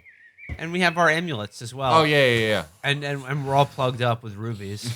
Yeah, they call me the plug. I'll say that you have 18 rubies. Damn, that's like half the way to 100. I'll say fewer. I'll roll all 3 actually. 16 rubies. Okay. All right, that's manageable. I was gonna say 18 is like ridiculous number to have up your ass, but 16 is actually okay. Why are they up your ass? Well, where else are you gonna put Yeah, them? we were naked in the fucking. Yeah, but you're back in. Well, it's called the Boy Scouts pocket. That's the Yeah, first thing yeah. you. That's the first thing. but you're back learn. in this reality. You have clothes and bags. And There were no things. pockets in you're- 1923 or whatever. You have There's a your lot equipment. You of lot of sticky fingers around. That's Yeah. all I'm saying. places to carry your artifacts from another dimension. I don't know. Seems like we're pretty kitted up. I think we're ready to go to the desert. Yeah, this is a great loadout. You walk down the stairs to the foyer of the walled garden where Peterman's body lies in a sarcophagus, surrounded by dozens and dozens of mourning young men. Pay your respects. I press F. Press F. 2 takes you to a Chrysler B70 just outside in the driveway. You sit in the back. He's in the front with the driver. Behind you, 4 acolytes pile into the truck that brought you to the walled garden. And you set off east towards Nevada. It's going to be a while. What do you want to do? All right, I say to the driver, so how long have you been driving for a recently deceased psychologist mystic? He starts crying, it? thinking that his inspiration, his hero, his leader, Dr. Peterman, has just passed away. Wounds are still raw, but he's still ably driving, doing his task. Well, you get to choose your own hours, but that's nice. I'd like to talk to 2. I'd like to ask 2. What's really going on here with Peterman? You know, we conquered the void. You know, why is Peterman so invested in this rocket? Was so invested. Well, you know, he lives on in all of us.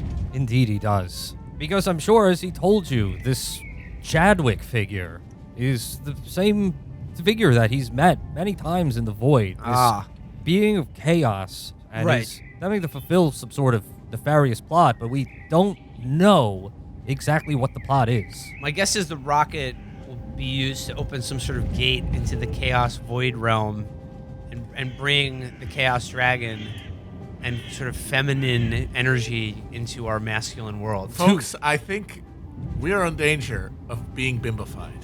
2 shivers at the thought of this. I think we should, in this long car ride, actually also take some time to maybe heal our battered bodies and, Yeah. and maybe try to regain some of the sanity that we've lost over the course of this investigation. Yes. I don't know what you guys are talking about. Well, I know it keeps me sane in tough times. I'm passing out to everybody trade paperback copies of Garfield. Ooh, That should get everybody nice and sane. awesome. Wholesome, fun time. What's Garfield, by the Yeah, way? what the fuck? Yeah, what the fuck? well, President John Garfield? What- The president that hates Mondays. yeah, okay. I will say that the strength losses that you suffered in the void, those are permanent. But Dr. Pennyfarthing's medical skill can, over the course of this car ride, heal some of the wounds. Oh, that's right. I'm a suffered by doctor. Matt and Let me Felix. use some of my medicine. Yeah. Let me use my medical training. It's not just about giving people goat testicles. In this year, it's so hard to become a doctor. Like, you have to be the best giving guys baths and all the other stuff that doctors do in 1923. I don't know how you did a year of school. Yeah. That's It was tough. That's so much book learning. I learned so much, and it was, as I stress, not just about putting goat testicles in the male scrotum. But I must say, that's going to be part of it, just so everyone knows. Matt, Okay, what's you're your... all cool with that? Dude, wait, but I mean, I'm not going to have balls much longer if you feel me. We're all going to have juicy ass pussies. Matt, what's your medicine skill? 71. 71. Let's go. Okay. Why don't you roll it on Felix? Oh, no. I failed it. No. I Oh, you failed it. gave me a bath Sorry, for guys. nothing. I shouldn't have given me the ether before either of you. My Matt, bad. your intervention on Felix fails, but there is a mechanic. You can push the roll, which is to re-roll it, but it raises the stakes. You have to have a justification for doing it, such as you're trying a different, more experimental treatment. And you also have to agree with me on there being a downside for that. Okay. So yeah. are you a gambling man? I'm willing to do it. Yeah, the let's odds go. of me Potters, failing Potters. it again are very low. Okay, so then what is the what would the additional treatment be? Perhaps one of your. I tried to go testicles, and that seems not to have worked. Well, I like to think your first intervention was just normal first aid type things, and that this would be all right. Let's break out the scalpel and let's really Well, go I nuts did give on them it. the go testicles. That's not negotiable. That's the first. That's the first aid. You talk about first aid. First aid is to go. I think we should try a whiskey enema now. Yeah, What's yeah. second But aid? I think I have a jar of Caspian Sea leeches. I could just Interesting. slap them across their backs and just get some of that bad blood out of them. Oh, yeah, people are saying those are the best leeches. And should you fail the roll, how would that treatment go badly, and what would the negative It would- consequence on Felix be? I get the goo on me. He would lose like a health thing, or Yeah, I lose one bar of health. yeah. Well, I think you would lose a lot of blood. Yeah, you that's what I'm don't saying. need Bleach. that. I would say that Felix permanently would lose 5 strength points. Yeah, that's Oh, good. Fuck you. Fine, let's do it. All right, Poggers, roll it let's out. go. All right. Oh, I failed again. You're the worst roller I have ever seen failed in it. my fucking life. Oh my How God. do you roll an 88? Oh my god, I failed it. Lieutenant the worst Country, RNG I've ever seen. Lieutenant, erase your strength, subtract 5 from it. This sucks, bro. You're- All right, but 70 strength. It's okay. You're- It's just RNG, Matt. It's RNG. Dr. Pennyfarthing, not again. I am never letting you give me a bath again. Hey there. You think you should get some new leeches? Dr. Bennyfeather, why don't you treat yourself now? Okay, I'll try. He's gonna get like a 22 on this. I failed. Oh my 97. I'd like to opt out of this medical treatment. Well, you're at No, it full. can't get any worse. You're at full health, Will, so you're fine. Dr. Benny, do you want to push the roll on yourself Do using it, the do it, same do it, leech? do it. I'm doing it. All right, roll. I'm fucking second time's a charm.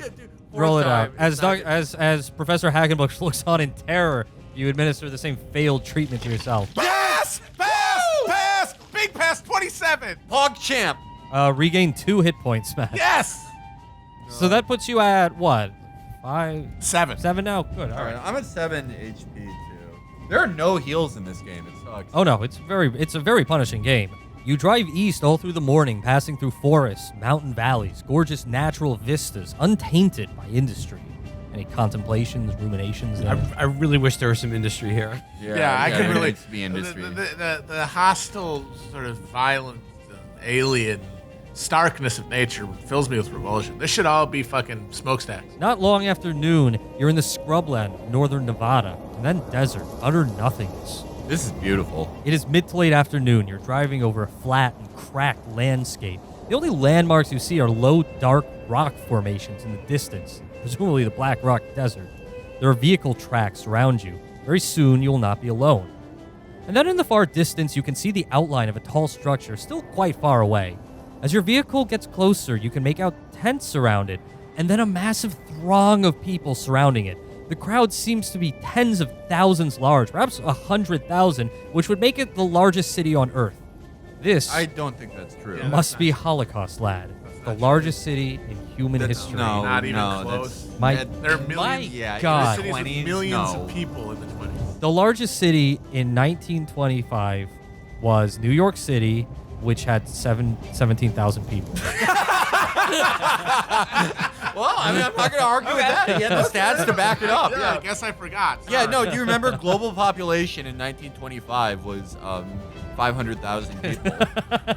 It's amazing how much people fucked after World War II. That was a baby boom, baby. That was a real baby boom. Your vehicle slows when you reach the edge of the crowd, and you get your first look at the revelers. They're filthy, covered in mud and grime. But they I aren't. want to eat it. But they aren't hobos. These aren't ragamuffins. They seem like proper Caucasians, just freed of their natural inhibitions, cavorting most shamelessly. Unmarried young ladies doing the Charleston with shirtless lads who aren't their father. Oh, this makes me so pissed. I would love to give these people some inhibition. Some of them are covered in paint. Others are dressed like red Indians. Savage. The car stops. 2 tells you it's too crowded. We must continue on foot. Sundown is approaching. From here, you're about 2 miles out from the structure in the center of this throng. It is a massive metal tower, a lattice work that is conically shaped, but with a bulbous head, something like a hemisphere with its flat side down. 2 massive support beams on either side of the tower indeed make it look like a person. The Holocaust, lad. In the center of the structure is the tachyon rocket that you saw in the laboratory. There are tents and what appears to be a makeshift stage near the tower, but tens of thousands of revelers separate you from there. It's just like, yeah, everyone's dirty. None of these women probably got permissions from their dad to dance with these shirtless guys. This is a yikes for me, guys. I am excited to see the St. Louis Blues perform a little bit later on Stage D. Oh, what is their hit in this year, 1925? It's Sunny Boy by Al Jolson. Oh, that's a fucking bop. Or maybe Swanee by Al Jolson. That slaps. Or maybe Mammy also by Al Jolson. That's a banger, dude. Okay, so you're out of the car. What do you want to do? I think we should head straight to the Rocket. Yeah, we gotta get to the we rocket. gotta go to the rocket. Revelers are drinking alcohol brazenly out in the open. My God. Many of them are imbibing that frothy white fluid from Tachyon's cafeteria. My God, this takes place during Prohibition. You, you periodically pass merchants hawking overpriced jugs of water and horrible bracelets. Ooh. Oh, I don't like those. Not to my taste at all. The men are shirtless. Some of them are nude. But cultural But degeneracy. the women are in scandalous state of undress. Oh, word? Everywhere you turn, there are ankles exposed. No shit? Bare shoulders. Oh, fuck. Hair in the carnal down style. This is disgusting. Wow, honestly. I'm actually quite. Yeah, this is awful. No, well, actually, I'm actually thrilled because thanks to the void, I was able to overcome my incestuous obsession with my dead sister, and now I feel I'm free. I'm single, and I'm ready to just. I'm ready to wait here until the void opens up, and then I get turned into a hot, sexy lady, and they get turned into studs, and then they all gangbang me. Yeah, these women are so lucky I'm not a bimbo yet. I'd be so much hotter than them. You find yourself getting quite aroused. Your eyes dart over to the portable outhouses 100 yards from you. Perhaps you have some time to take care of yourself. Well, always good to do your business before you do any real business. That's true. Like I always say, due to all the morphine I've been injecting myself, I haven't actually had a bowel movement in almost 3 weeks now. But I think I'd like to give it a shot. It's always good to relieve one's carnal urges before a feast of flesh. You feel your chest get warm. Touch the amulets upon them, and they're warm. Oh man. Oh, wait a second. They're warm. Are they getting warmer as we go in the direction of the porta-johns? They're getting warmer the more you contemplate this bacchanalian. Oh, The hornier you get, the more they heat up. Can we use these? Dr. Peterman told us that the rubies would show the world for as it really is. Can we maybe pop one of those out of the old Boy Scout pouch and maybe look through it or use it in some way or just check on it to sort of peel back this veil? Sure, you take them out. These are very small red gems. Looking through them, you don't see anything out of the ordinary. It's not really like a prism or something you would look. Okay, but I was told that these would reveal something about the world around us, and it just seems like they're a bunch of just regular old jewels. Let's just go. I want to go to the thing. I don't have to shoot. Whatever. Let's go. Felix Yeah, if I got a shit, it's just coming down my leg. Let's do this. and Will, Fuck it, I'll go with them. 3 of you make willpower rolls. Hell yeah, hard pass. Failed. I failed as well. Here's what happens. Will, you have the willpower to sally forth, but your compatriots don't. They make a beeline for the portable outhouses, dutifully wait in line, and then go inside to take care of themselves. Feels pretty good, But when you emerge, Felix and Matt, your crystals, your amulets are ice cold. Oh god, the masculine energy. That's what we've been trying to preserve. That's what we need to use to stop the course. rocket. Our nuts. Oh no. How are we going to replenish our nut in the time we have? You both walk out of there in a kind of daze, and you think to yourself, God, I kind of want to order food from this service that where a bicyclist comes to your home and provides you with grub, and then I want to just settle in and play jacks for 9 hours straight. That sounds great. Yeah, I'd love to do that. Fellows, we have embarked upon this mission together. Don't let your indolence and self-abuse sap your will. We're Capone boys. We're here for a mission. Who cares? Oh my god, dude. Wait, is there any steak around here? I need to get these guys CCs of red meat. Stat. Oh, sure. There's one of the merchants selling, meats, kebabs. Yeah, go do your bullshit, dude. I'm literally missing the fucking Jax update for this crap. They need to have some meat to get their masculine essence back. They need 2 steaks, 2 big porterhouse steaks. Dude, you could put this on the company silver standard. You dine on some steaks to get your energy back up, but the sun is starting to go down.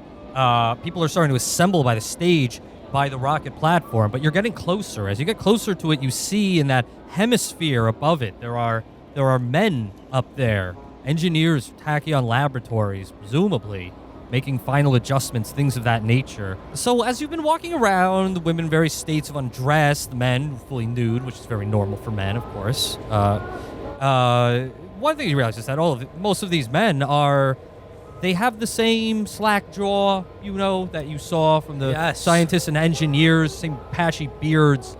These are very much so San Franciscans, people from the Bay Area. It's twilight now when you reach what can generously be called an amphitheater area. It's like Shakespeare in the Park type situation, right? It's a lot of people sitting on picnic blankets, a lot of people just being as well. But they're all focused on a stage that's in front of them. They're all waiting for performance.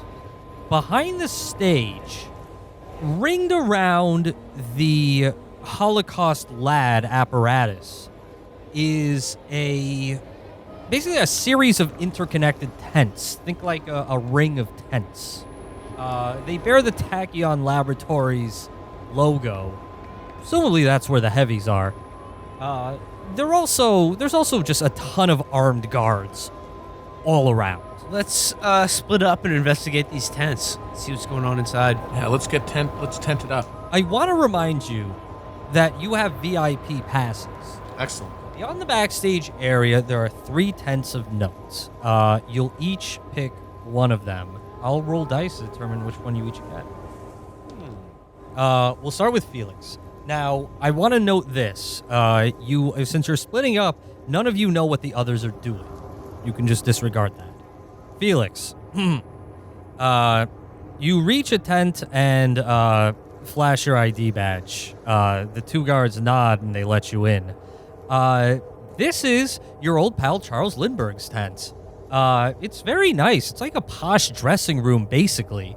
He's standing on like this small pedestal being fitted into an astro suit of some kind. It looks like one of those old-timey diving suits. Oh, so Lindbergh is going in the rocket. Yes, that was established in the first step. All right, well, maybe I forgot.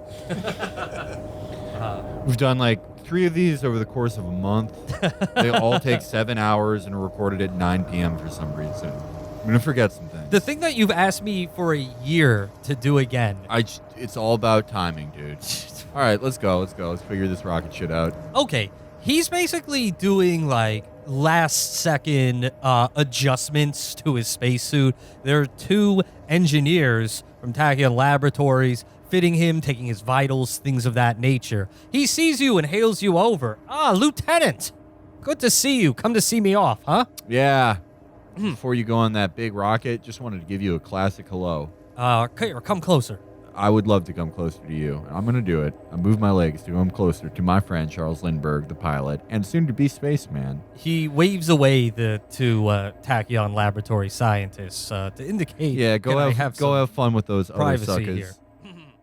Now, have you gotten to the bottom of all this? I just mind my business, honestly. What? Yeah, I'm not like everyone in this fucking tent. They remind me of fucking pigeons, just going around crumbs of bread and shit. Like won't mind their fucking business. Y'all say that I don't have a fucking problem. It's them. They just remind me. They're fucking hungry. They want to get up in everyone else's shit. Not me, dude. I just do my shit. Y'all want to call me the fucking drug addict? I'm not. Have you found out who sabotaged the rocket? It wouldn't surprise me if it was one of these fucking people, because they're always in somebody's fucking business, telling them, like, oh, you can't go on the rocket because blah, blah, blah. Y'all need to work on your fucking selves. I'm sorry, I don't. Did you find out or not? No, I didn't even come close. I didn't even really try, though, honestly. Aren't you glad you sent Felix into this tent? It might be easier for the 3 of you to crawl through each tent together. If you want to revise your original plan. No, I think I'm getting somewhere. I will gladly I'm laying a verbal trap for him. He's not your enemy. Yeah, he is. He's your only ally in this. He's literally going in the rocket. He is part of the problem. Anyway, yeah, I like to mind my business, but I think that harlot over there, she recycling that one. We think she fucked up the rocket. Slimes? Yeah. But she's here. She's going out. She's going to perform any minute now. Yeah, people are fake as fuck. What's new? So this one's going to explode as well. Yeah, no, these hoes will kill you. So what did she do? I don't know. I don't know how the fuck she did it. I don't know how rockets works. I don't know how you'd break one. But, she did some of that magic. Lieutenant, you're a dear friend of mine. I am. As you know, listening to your radio program means that I am your friend. Exactly. You're like, actually, I'm a better friend to you than like anyone you know in your real life. So tell me now, if I should not go into that rocket. You absolutely should not. All right, well, that settles it. We have to go see Enoch. We gotta tell him. When your friend is dating a girl and she's like performing dark incantations and she's from a netherworld and she wants to kill your friend with your rocket, this is not good. You gotta tell him. He strides out of that tent and you follow. We will go to Matt now. You go to the backstage area. You got an all-access pass. Oh, yeah, I'm accessing everything.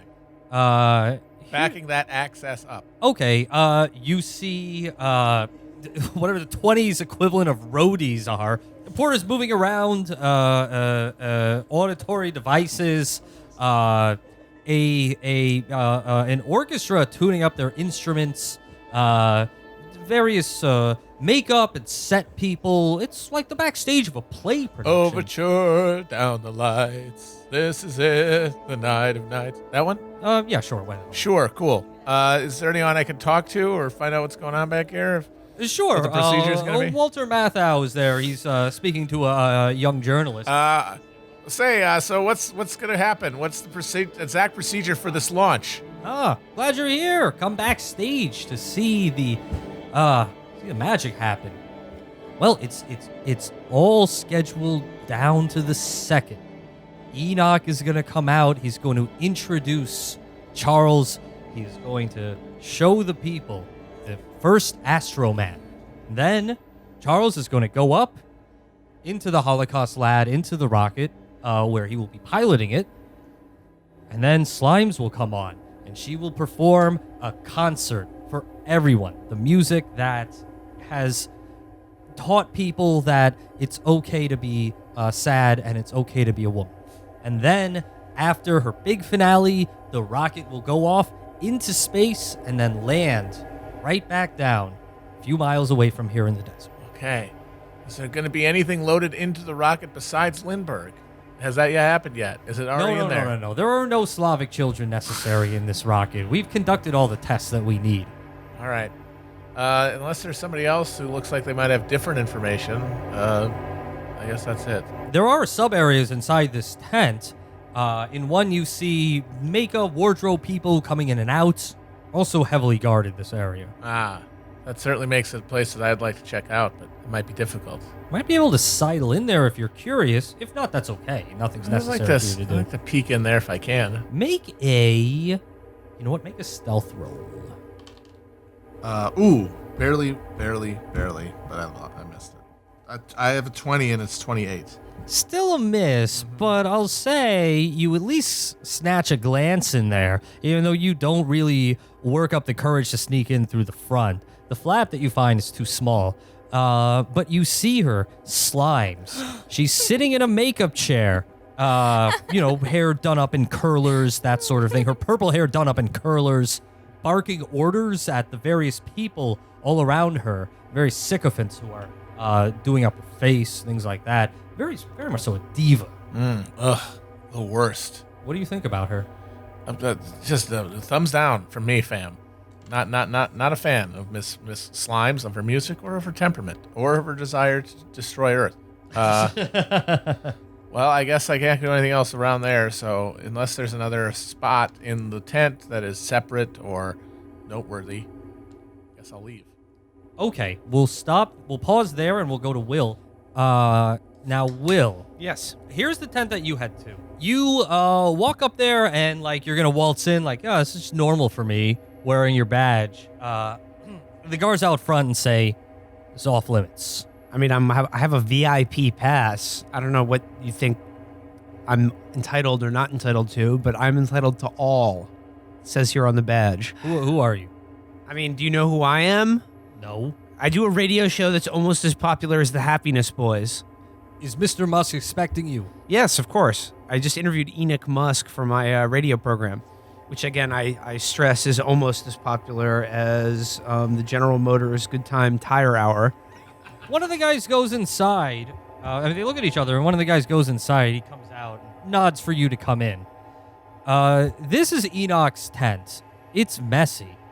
Really messy. There's discarded food wrappers, cartons everywhere.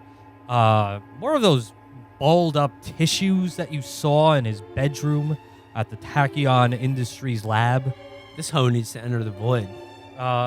Enoch is, his back is turned to you. He's playing hoop and stick. Hoop, stick, hoop, stick. Stick, hoop. See, the hoop got my stick. Enoch, how's it going? Oh, hey, you came to hang out with me, Mr. Capone. That's super cool. You want next? Yeah, I mean, I've come to hang out with you, but also to express my slight reservations about this whole rocket launch and your relationship with Grimes. I mean, I don't want to talk out of turn here or anything, but, brethren over heathrin, as I always say. And, after I got done with your interview, I did wind up basically watching your girlfriend, in a sexual congress with another man, and to be more specific, the Chadwick guy. So I'm wondering, what's going on here. He looks at you with 1,000-yard stare. Brief silence, and then he says, Chadwick would never do something of that nature. He's my friend. He isn't a carnal man, and neither is Slimes, of course. She is a woman of fidelity, a woman of integrity. She gets very little pleasure from physical interactions, as far as I can tell. My sweet little wooting puddle of undistilled awesome brew, my fiance, she would never. She would never. If you want to make a harlot a housewife, that's... She is not a harlot. Watch your tongue, Professor. You know, if I had 3 hours to take a photograph of them, doing the deed, I would have. But I'm telling you here, as your friend or as a guy who's known you for a few days, she's no good. She's bad. Bad news. Are you saying you watched him do the deed? Yeah. You watched him physically. Well, what else was I supposed to do? When? I told you after our interview at Tachyon Laboratories. I walked in on them. They were doing the beast with 2 backs. I find this all very fanciful, and frankly, I am not sure why you are trying to spread this calumny about my precious doodle pie. I'm not spreading it. If I was spreading it, I would talk about it on my radio show. I'm telling you specifically to save you embarrassment. Why would you do such a thing? These harlots ain't loyal, dude. What do you want me to tell you? God, fucking thick. Just Jesus Christ. What about my rocket? I don't think the rocket launch. I don't think you should go through with the rocket It's launch. happening. You don't understand. This is the apex of my career. This is going to give me everything I have ever dreamed of. Unimaginable wealth, the esteem of my peers, a face-to-face meeting with God who lives in space. I will get my Xanadu. I will get my coochie. Enoch, of what of those things don't you already have? What can't you do, Enoch? Who do you think you are? Someone on National Barn Dance Radio? Or the National Farm and Home Hour? I'm trying to speak some real facts to you right now. He puts his hand to his temple, looks at you and says, You have it so easy, don't you? We can't all be lackadaisical sewer socialist radio hosts. We can't all be carefree alpha males such as yourself. Being an alpha is a burden, it's true, but it's my cross to bear, and I shall bear it, sir. I'm just telling you, there's something fishy going on with this whole rocket thing, and with Grimes, and I'm trying to have man-to-man talk with you right now, but just fucking, God, you're thick. The blood moon is rising.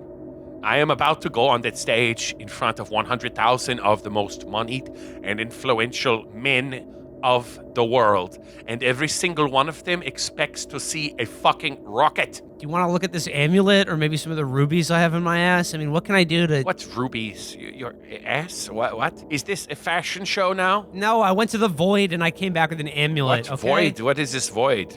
Oh, Jesus. Some kind of lacuna? No, but it's Space? more of like a, nether realm of the mind. Dr. Peterman showed it to me. Dr. Peterman, that crank. The trendy psychoanalyst for idle boyos. I think you should listen to all 370 hours of his phonograph cylinders to really get the point here. But look, we don't have that much time, sir. Stop the rocket launch. Why should I stop my rocket? Because I'm fairly certain it's your girlfriend Slimes and her, the guy who's cucking you, Chadwick, who's probably also some sort of avatar of an ancient being who recurs throughout human history to, prey upon weaker men and, at great moments in history. And I'm just fairly concerned that this rocket thing is just going to, open a gate into the chaos realm and totally fuck the planet up. Years, magnum annum have I spent on this project. Do you know how many years of failure have led me to this? My only success in this corporeal life? Of course you don't. You are a mere child compared to me. You'll come here and babble about gates and avatars and expect me to throw all that away because of your unsubstantiated hunch. Look, do you want to be embarrassed again? Do you want another incident that's even worse than what happened at the World's Fair? Do you want that to happen? I personally oversaw the preparations of the rocket, like I personally oversaw my courtship of my special sugar lick science flapper. Talking to this fucking dunce is just turning me into Lieutenant Cumtree, and I'm just seriously now. I'm just like, whatever, dude. Do you? I'll give you two. Not trying to interfere. I don't want to stop you from fucking your derpina. Chris, this is highly unprecedented, but I will allow you to give a hint to Professor Hackenbush. Oh, I see a trail of paella leading to this tent. Over here, Mr. Hackenbush. Mr. Hackenbush. Why, it's Decretio, our loyal manservant. What brings you here to the Holocaust lab? Thanks for, by the way, interrupting this god-awful conversation. I'm sorry. I knew you would wish me to stay home and attend to the mansion, but I could not help through my loyalty to follow you all the way here. I just have one question for you, noticing your travels. Yeah, lay it on me, dude. Oh, those red rubies. They look so shiny and so small and pill-sized. I would very much want to eat one of them if Sir would not mind to let me eat one of the red pill-like rubies. Oh, wow. There we go. There we go, Decretio. Decretio in your simpering Portuguese half-witted I wish to eat the rubies. stupor. I see a shiny rock. No, Decretio, no. I wish to put them in my mouth. No, don't swallow them. Okay. Please. You have earned a cage that is 20% larger. Oh, my final upgrade. All right, we Decre- got, boys, okay. we got minis. Decretio came through at just the moment we needed him. A hard sell on Enoch Musk, particularly while he's high on the anticipation of his greatest victory. I know what to do. The rubies. To see the world as it truly is, you have to put the rubies inside you. You have to swallow the red jewel. And right now, Enoch, he's seeing the world. He's seeing the world through the eyes of lies that society tells you. And we found out these are definitely not suppositories. Yeah. He's seeing society through the eyes of the lies that society tells you about your snugglepuss and love muffin, when really it's all harlotry. By the way, as you've been talking to Decretio, Enoch got bored and has been idly looking at some Japanese wall scrolls. Enoch, look. I've got some rubies. These are void rubies. They came from the void. These seem like average rubies. I can afford many cool rubies. No. Watch this. Do as I do. Put one in your hand, pop it in your mouth, swallow it. You're doing it as well? It's a festival, yeah.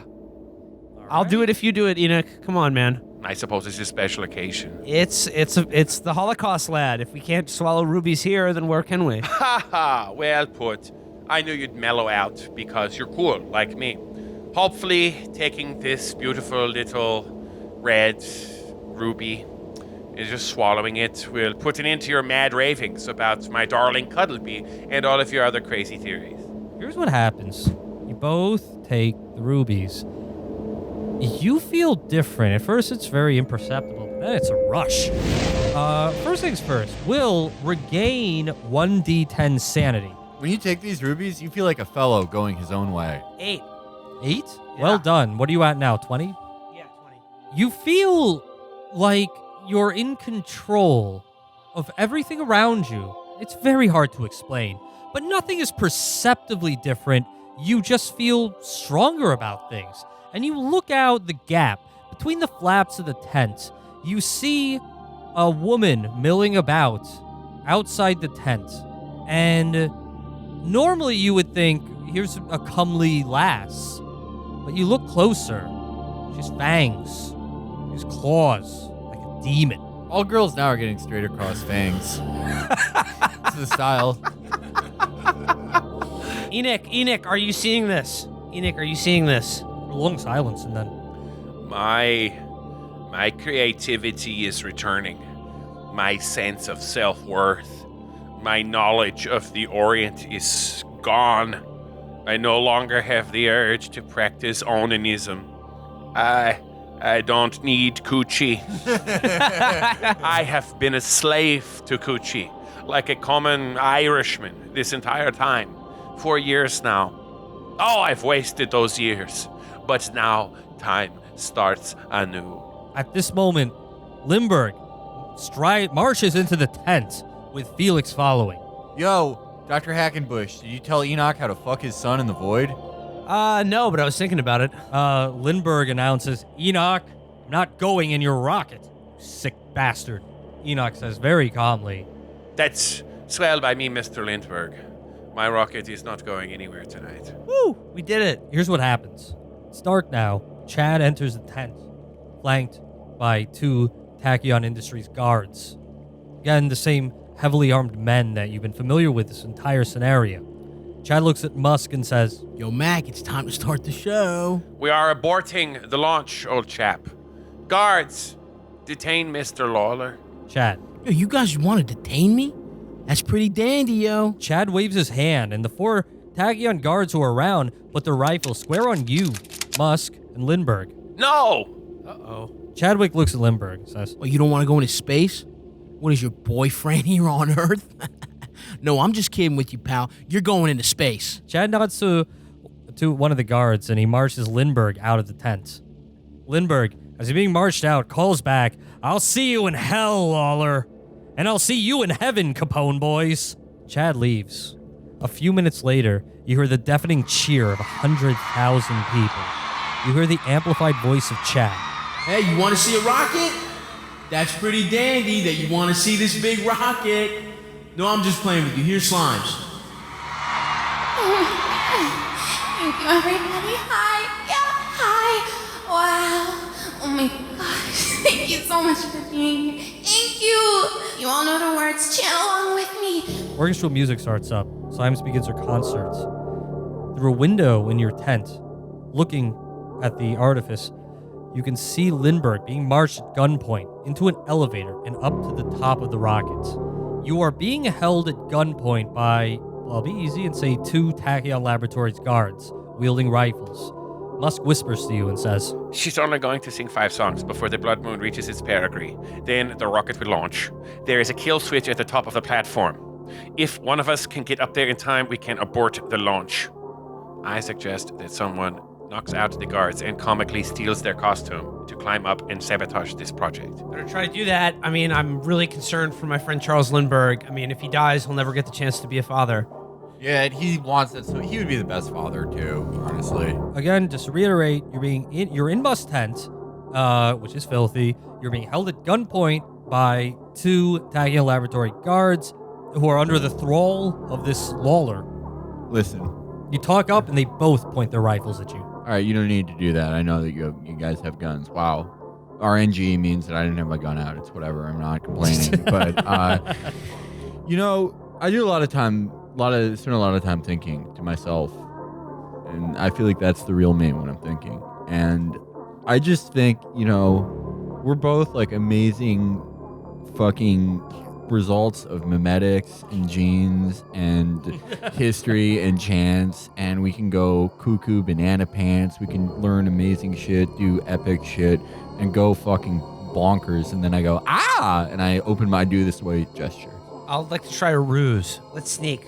Okay. I'm trying to sneak. We are going to do a series of rolls to resolve exactly what happens. First, Felix, what's your persuade? My persuade is 50. I'll say that their skepticism is 50 also. So we'll see if you persuade either. And I'll make it easy. We'll say it's a straight roll. Okay. Yeah, that's like a 26. 26? Okay. I'll say one of them puts his rifle down, says, I never thought of it that way. We're just made out of the stuff, the stars and galaxies. Yeah, and you can like, you know, you think about it, like stuff from fucking the galaxy came down, and we can do cuckoo banana pants shit. We can read the fucking Cats and Jammer Kids. We can Betty I Boop. can make a box kite. Yeah. And it's like, I don't even care. That's just being creative. Exactly, dude. The other one stiffens his grip on his rifle and says, sit the fuck down. Will, roll stealth. On stealth. Oh, fail. Will falls directly on his face. Also, his dick's out, and he crushes his dick with his entire weight of his body with that hard fail. Here's what happens. Will, you try to sneak out. The guy turns to you and says, sit the fuck back down, pointing the rifle at you. He is, essentially distracted if you want to try to do something, Felix. Yeah, I'm gonna pop off. Get that strap. Ching. Get that strap. Yeah, I take out my gun. Okay, you take out your gun.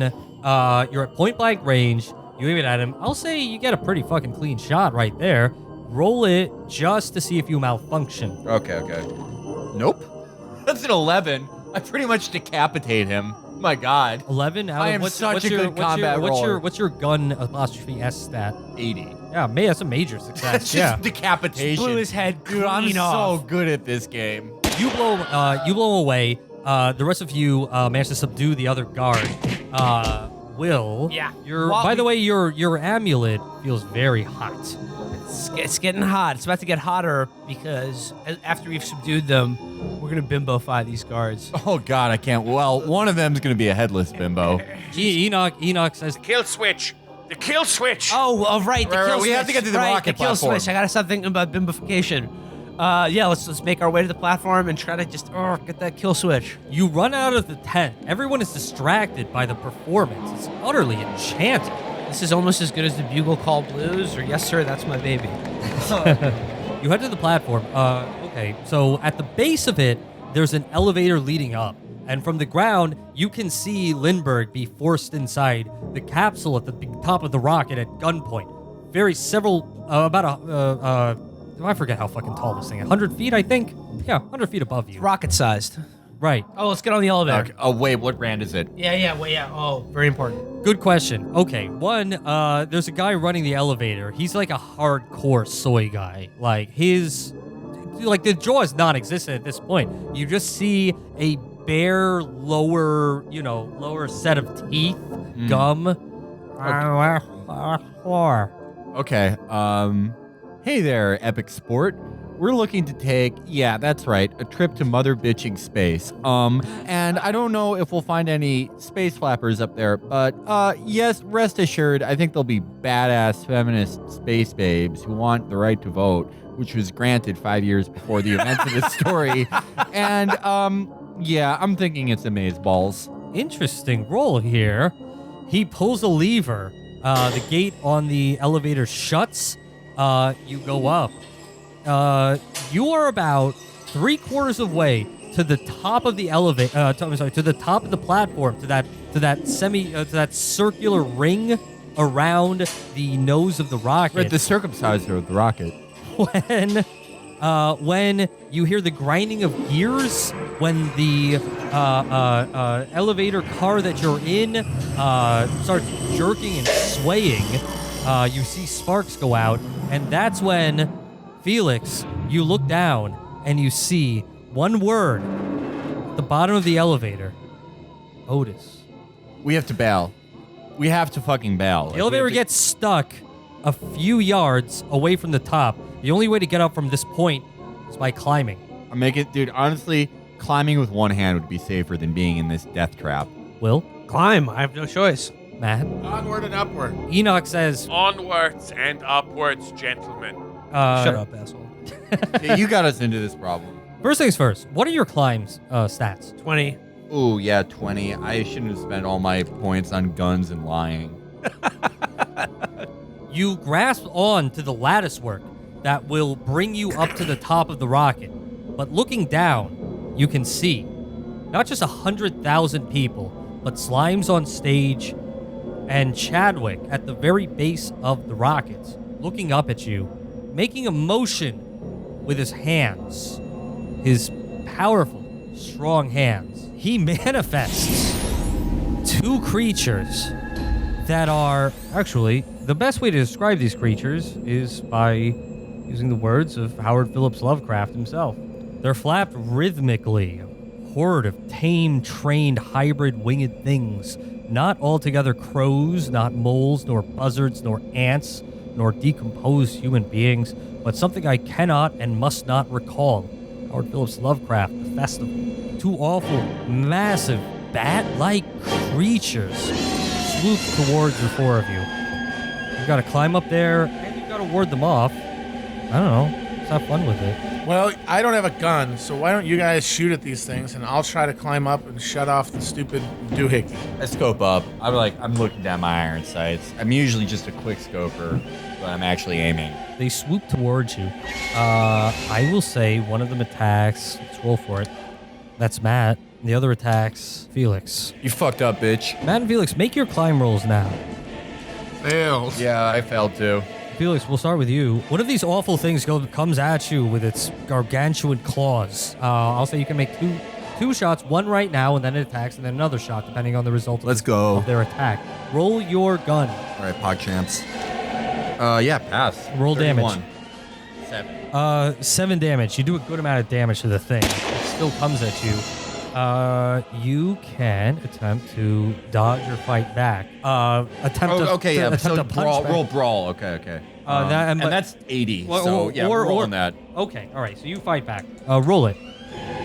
Fail. 33. That's a pass. Knock the fuck out. You get to roll damage against it. I got a 5. That's good enough to leave it incapacitated, falling off. Matt. Same deal with you. You don't have a gun, but you do have your trusty sword cane, and I'll say you've got one arm to use it with. You can fight back or dodge with your sword cane. I'll try to cut this motherfucker. Okay, roll your fighting brawl skill. Holy shit, I fucking passed. Woo! You pass and it failed, so roll your damage against it. Fuck, 2. Not bad. Terrible. Out of 6, one of the lowest. Will, you've not been molested by these creatures. Make and again, your amulet is very warm. Make a climb roll. Fail.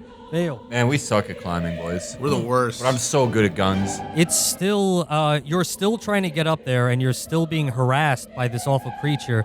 Felix, I'll say you can move now. You can make one choice here. You can try to climb up, or you can fire at the monster that's harassing Matt. And you could potentially make 2 shots in a round, depending on what All right, let's go for gun again. Okay, roll it. Absolutely fucking smoked. 13. I think that's a critical pass. That's an extreme roll for pass. damage anyway. What's the max damage? 40? Hard? Or no, that's hard. Oh, my bad. I read Those that are my wrong. measurements. Those are my measurements.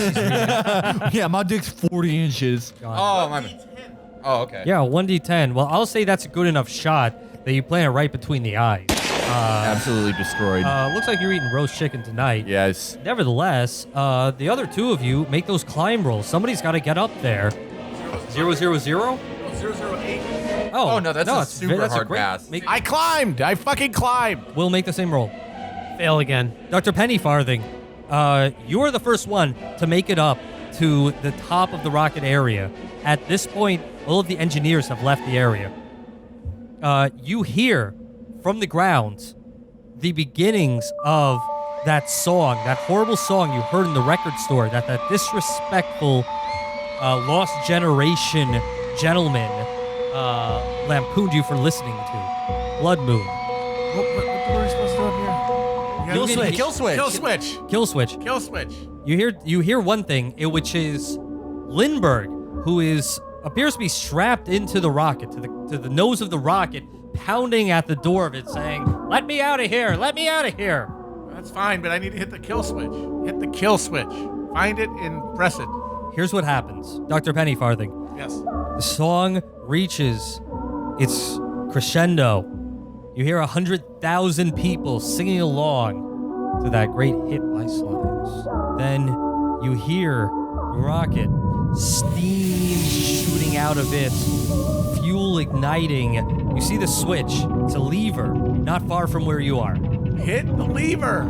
You race down the platform. You race down this platform. You grab onto the lever and you pull it with all your might. Oh yeah. You hear that rocket starting to launch, and then. All right. Yeah. Right. It's called a wedding night. Will and Felix, you both clamber onto the platform to join your compatriot. You've managed to stop the launch of the awful rockets. Dr. Pennyfarthing, even though you're the most physically enfeebled member of Capone's Speakeasy, it was you who climbed the platform and pulled the lever despite it all. It's because I never stopped believing in myself and in the power of goat testicles. You know, after like removing one of my testicles and somehow gravely injuring me while giving me a bath, who would have predicted you to save the day? That's why I say you always got to believe in yourself. Never give up. As you're talking and celebrating and kissing, as you Capone boys usually do, you are unaware of the appearance of Chadwick Lawler, who shows up on the platform a few yards away from you. This guy. Oh, boy. Oh, God. Brother. Oh, no. Yo, why'd you stop the rocket? That's pretty dandy. Oh, dude, I'm gonna use his own shit back at him. Watch this. Dude, that rocket looks like a straight penis. It's kind of sus. Oh, so you see a penis everywhere, huh? That's pretty sus. I'd call my friend Sigmund, but you probably blew him already. I don't know. You're the one who's like so mad at people not like being able to shoot his fucking penis in the sky. You're the sus one. You went through this whole plot of being an interdimensional being so you can touch a penis, dude. What's up? You're the one who came up here. You want to do some dandy shit in other dimensions? That's cool. More flappers for me. You're literally the one. You're literally the one who wants to crawl inside the penis to make it work more. So, it's more sus. That's like beyond even getting penetrated by the penis. You want to live inside of it, dude. Are you gonna fight me? Are you a Popinjay, yo? Yeah. No, dude. I'm gonna fight you. All right. He is, just to set the scene here, he's wearing the neon outfit that you normally see him in. One arm, one bicep is up, one bicep is down. All right. Well, here's one thing his fighting style doesn't account for. I still have a few shots left in my gun. Felix, I'll say that you have your gun out and ready to take a shot, so why don't you take a shot? All right, this is the most important roll of the game. 16. What a fucking god. Roll Such a god. Roll damage. 4. Damn, you hit him square in the neon pink tank top. Yeah, that shirt isn't saying words anymore, bitch. Chadwick will take a round. I'll roll to see who he targets. That's me. you, Felix. Yeah. Here's what he says to you. Your gains are mine now. That's sus, dude. You want to take another man's gains? Roll your power. 2. 2 out of what? 70. Such a god. 86 out of 50. Fortunately, that's actually a tie. You fucking kidding me? That's a tie? I beat him. It's a 2 out of 70. His power is 500 because he's an elder god. What the fuck, dude? I don't know. I'll be nice and say that that the tie goes to you. Yes, dude. Will, you can act now. Is my amulet still hot?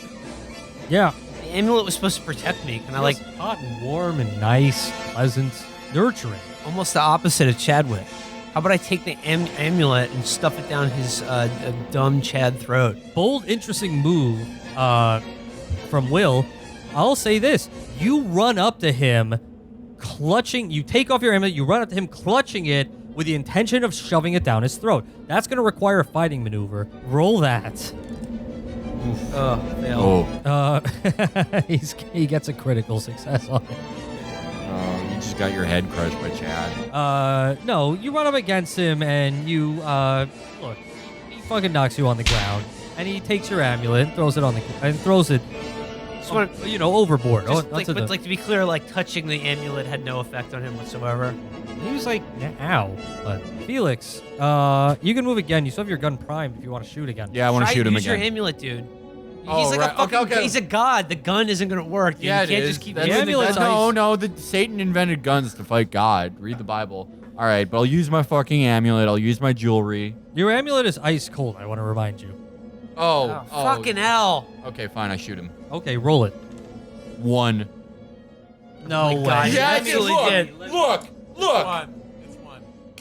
How? I'm a god, dude. What do you want? I don't understand how Felix can snipe in dice. I'm a god, dude. That's good enough for me. Lieutenant Cumtree, you let a bullet square in the heart of Chadwick Lawler. Here's what happens. He collapses, and his body begins to quake and swell, bursting.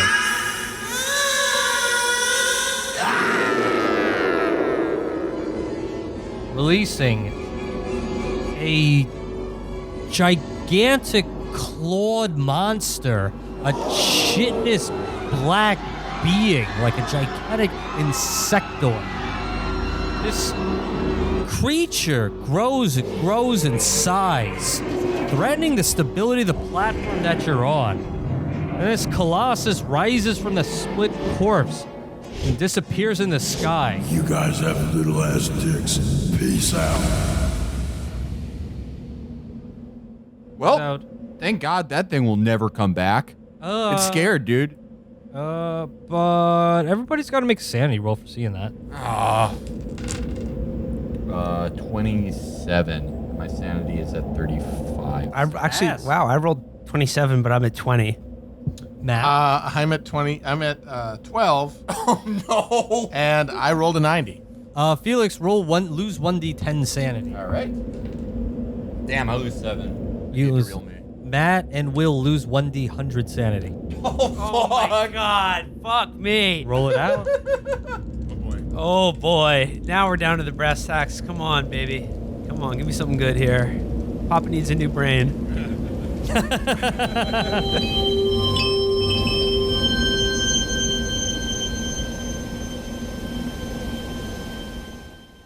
It is 4 weeks after the events of the Black Rock Desert. The three of you are back in the Capone Speakeasy in Red Hook. Professor Hackenbush and Dr. Pennyfarthing are sitting by the fire in their rocking chairs, vacant expressions in their eyes, just rocking back and forth, nice and easy, both staring at the same framed cross-stitching of the words, "Bless this home," You guys suck, dude. You got owned. intended to by our loyal Major Domo, Decrescio. Would you like more porridge, sirs? Decretio, stop putting Madeira in the porridge. It's not helping them. This is how we make it in my home country. Oh, man. I don't want to hear that again. Lieutenant Gumtree is idly playing with one of the various inscrutable artifacts that his colleagues have collected. The ping on this shit sucks. Getting fucking jacks jump. There is a, you hear the doorbell ring. Well, Felix, you hear the doorbell Yeah, no, ring. they're just hearing their own voices in their head telling them to eat doo-doo. Decrescio comes in the room and says, Lieutenant Country, there is a delivery Irishman at the door. All right. Well, not the Irishman part, but the delivery part. the delivery's rather large, so Lieutenant Gumtree has to go outside. All right. My small, swarthy frame cannot carry it myself. All right, let's go. Let's go get this. There's a gigantic box outside. It's the size of an elephant. Is this the elephant I ordered? You don't hear any elephant noises, so unless it's dead, it's not the elephant. This is the you ordered. dead elephant I ordered? Yeah, could you open that, Decretio? My back hurts. I only slept 17 hours. Oh no, it is so large. I could shoot the locks off it. Decretio opens it. It's a gigantic piece of machinery. Poggers, dude. I'm about to be a Pro-Jax player. It is 15 feet high and 10 feet wide and 50 feet long, a gigantic mass of gears and turbines, pistons, and crankshafts. It comes with a brief instruction on how to turn it on if you want to tell your man to do so. Yeah, turn this shit on, dude. I work the levers. Decretio works the levers, and this awful thing makes an ungodly noise, belches out black smoke. And that's when you walk around to the other side and you see, in one part of it, is the facsimile of a beautiful nude woman. No shit, I fucked her. There is a message taped to it. May I read the message? Capone boys, it's me, Enoch Musk. I want to thank you for saving me from my greatest antagonist, myself. Truly, the recent events we shared were a disastrous, humiliating failure, but in that, a great, shining success. As you may have heard, I was fined an unprecedented sum by the Department of the Interior, almost $1,000. But the lessons I've learned have been worth far more than that. Things have never been more prosperous at Tachyon Industries since you rid me of that cad, Lawler, and since I severed my relationship with that vacuous slam pig, Slimes. I have scrapped the rocket. Mankind, non-Semitic mankind at least, will never go into space. This is certain. We are now focused on more practical innovations. As a token of my gratitude, I give you this, a review copy of my latest invention, the Copulation Difference Engine. Please enjoy. Sincerely, Enoch Musk, industrialist, going his own way. Dude, oh man, I wish you guys weren't permanently insane, or else you could fuck this machine with me. Decretio, you ready for a half day, dude? My pants are already off. Let's go, dude. Let's go. Let's do this Lisbon style. Let's go. What? Dude, you're permanently insane. You can't correct me anymore. Shut the fuck up. Felix, regain 1d20 sanity for saving the world from this horror. 14. Good. Regain 14 sanity. That's where Lieutenant Felix Cumtree is. We'll do skill rolls in between now and the next time we visit Camptown ladies, sing that song. Doo-dah, doo-dah.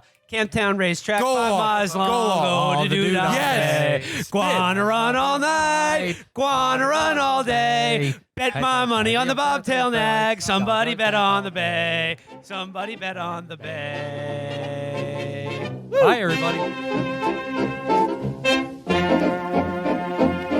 Oh, Stephen, why are you preening? You got a tiny penis, my boy. We go to your house and looks like a mouse. I want your dad's big fatty toy.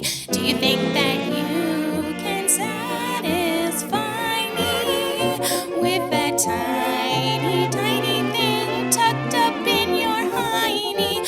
I don't think so. Get out of my house. Get out of my house now. Dum-da-da-da. You have a tiny penis in your pants. Honestly, I'm a girl of a certain age. I don't think I'm very old. I am not so sage, but I know something my mom taught me. The size of an adequate pee-pee. This is an egg. Get out of my house. Stephen, get out of my house. Get out of my house, for I run you over with a lawnmower. I hate your Stephen.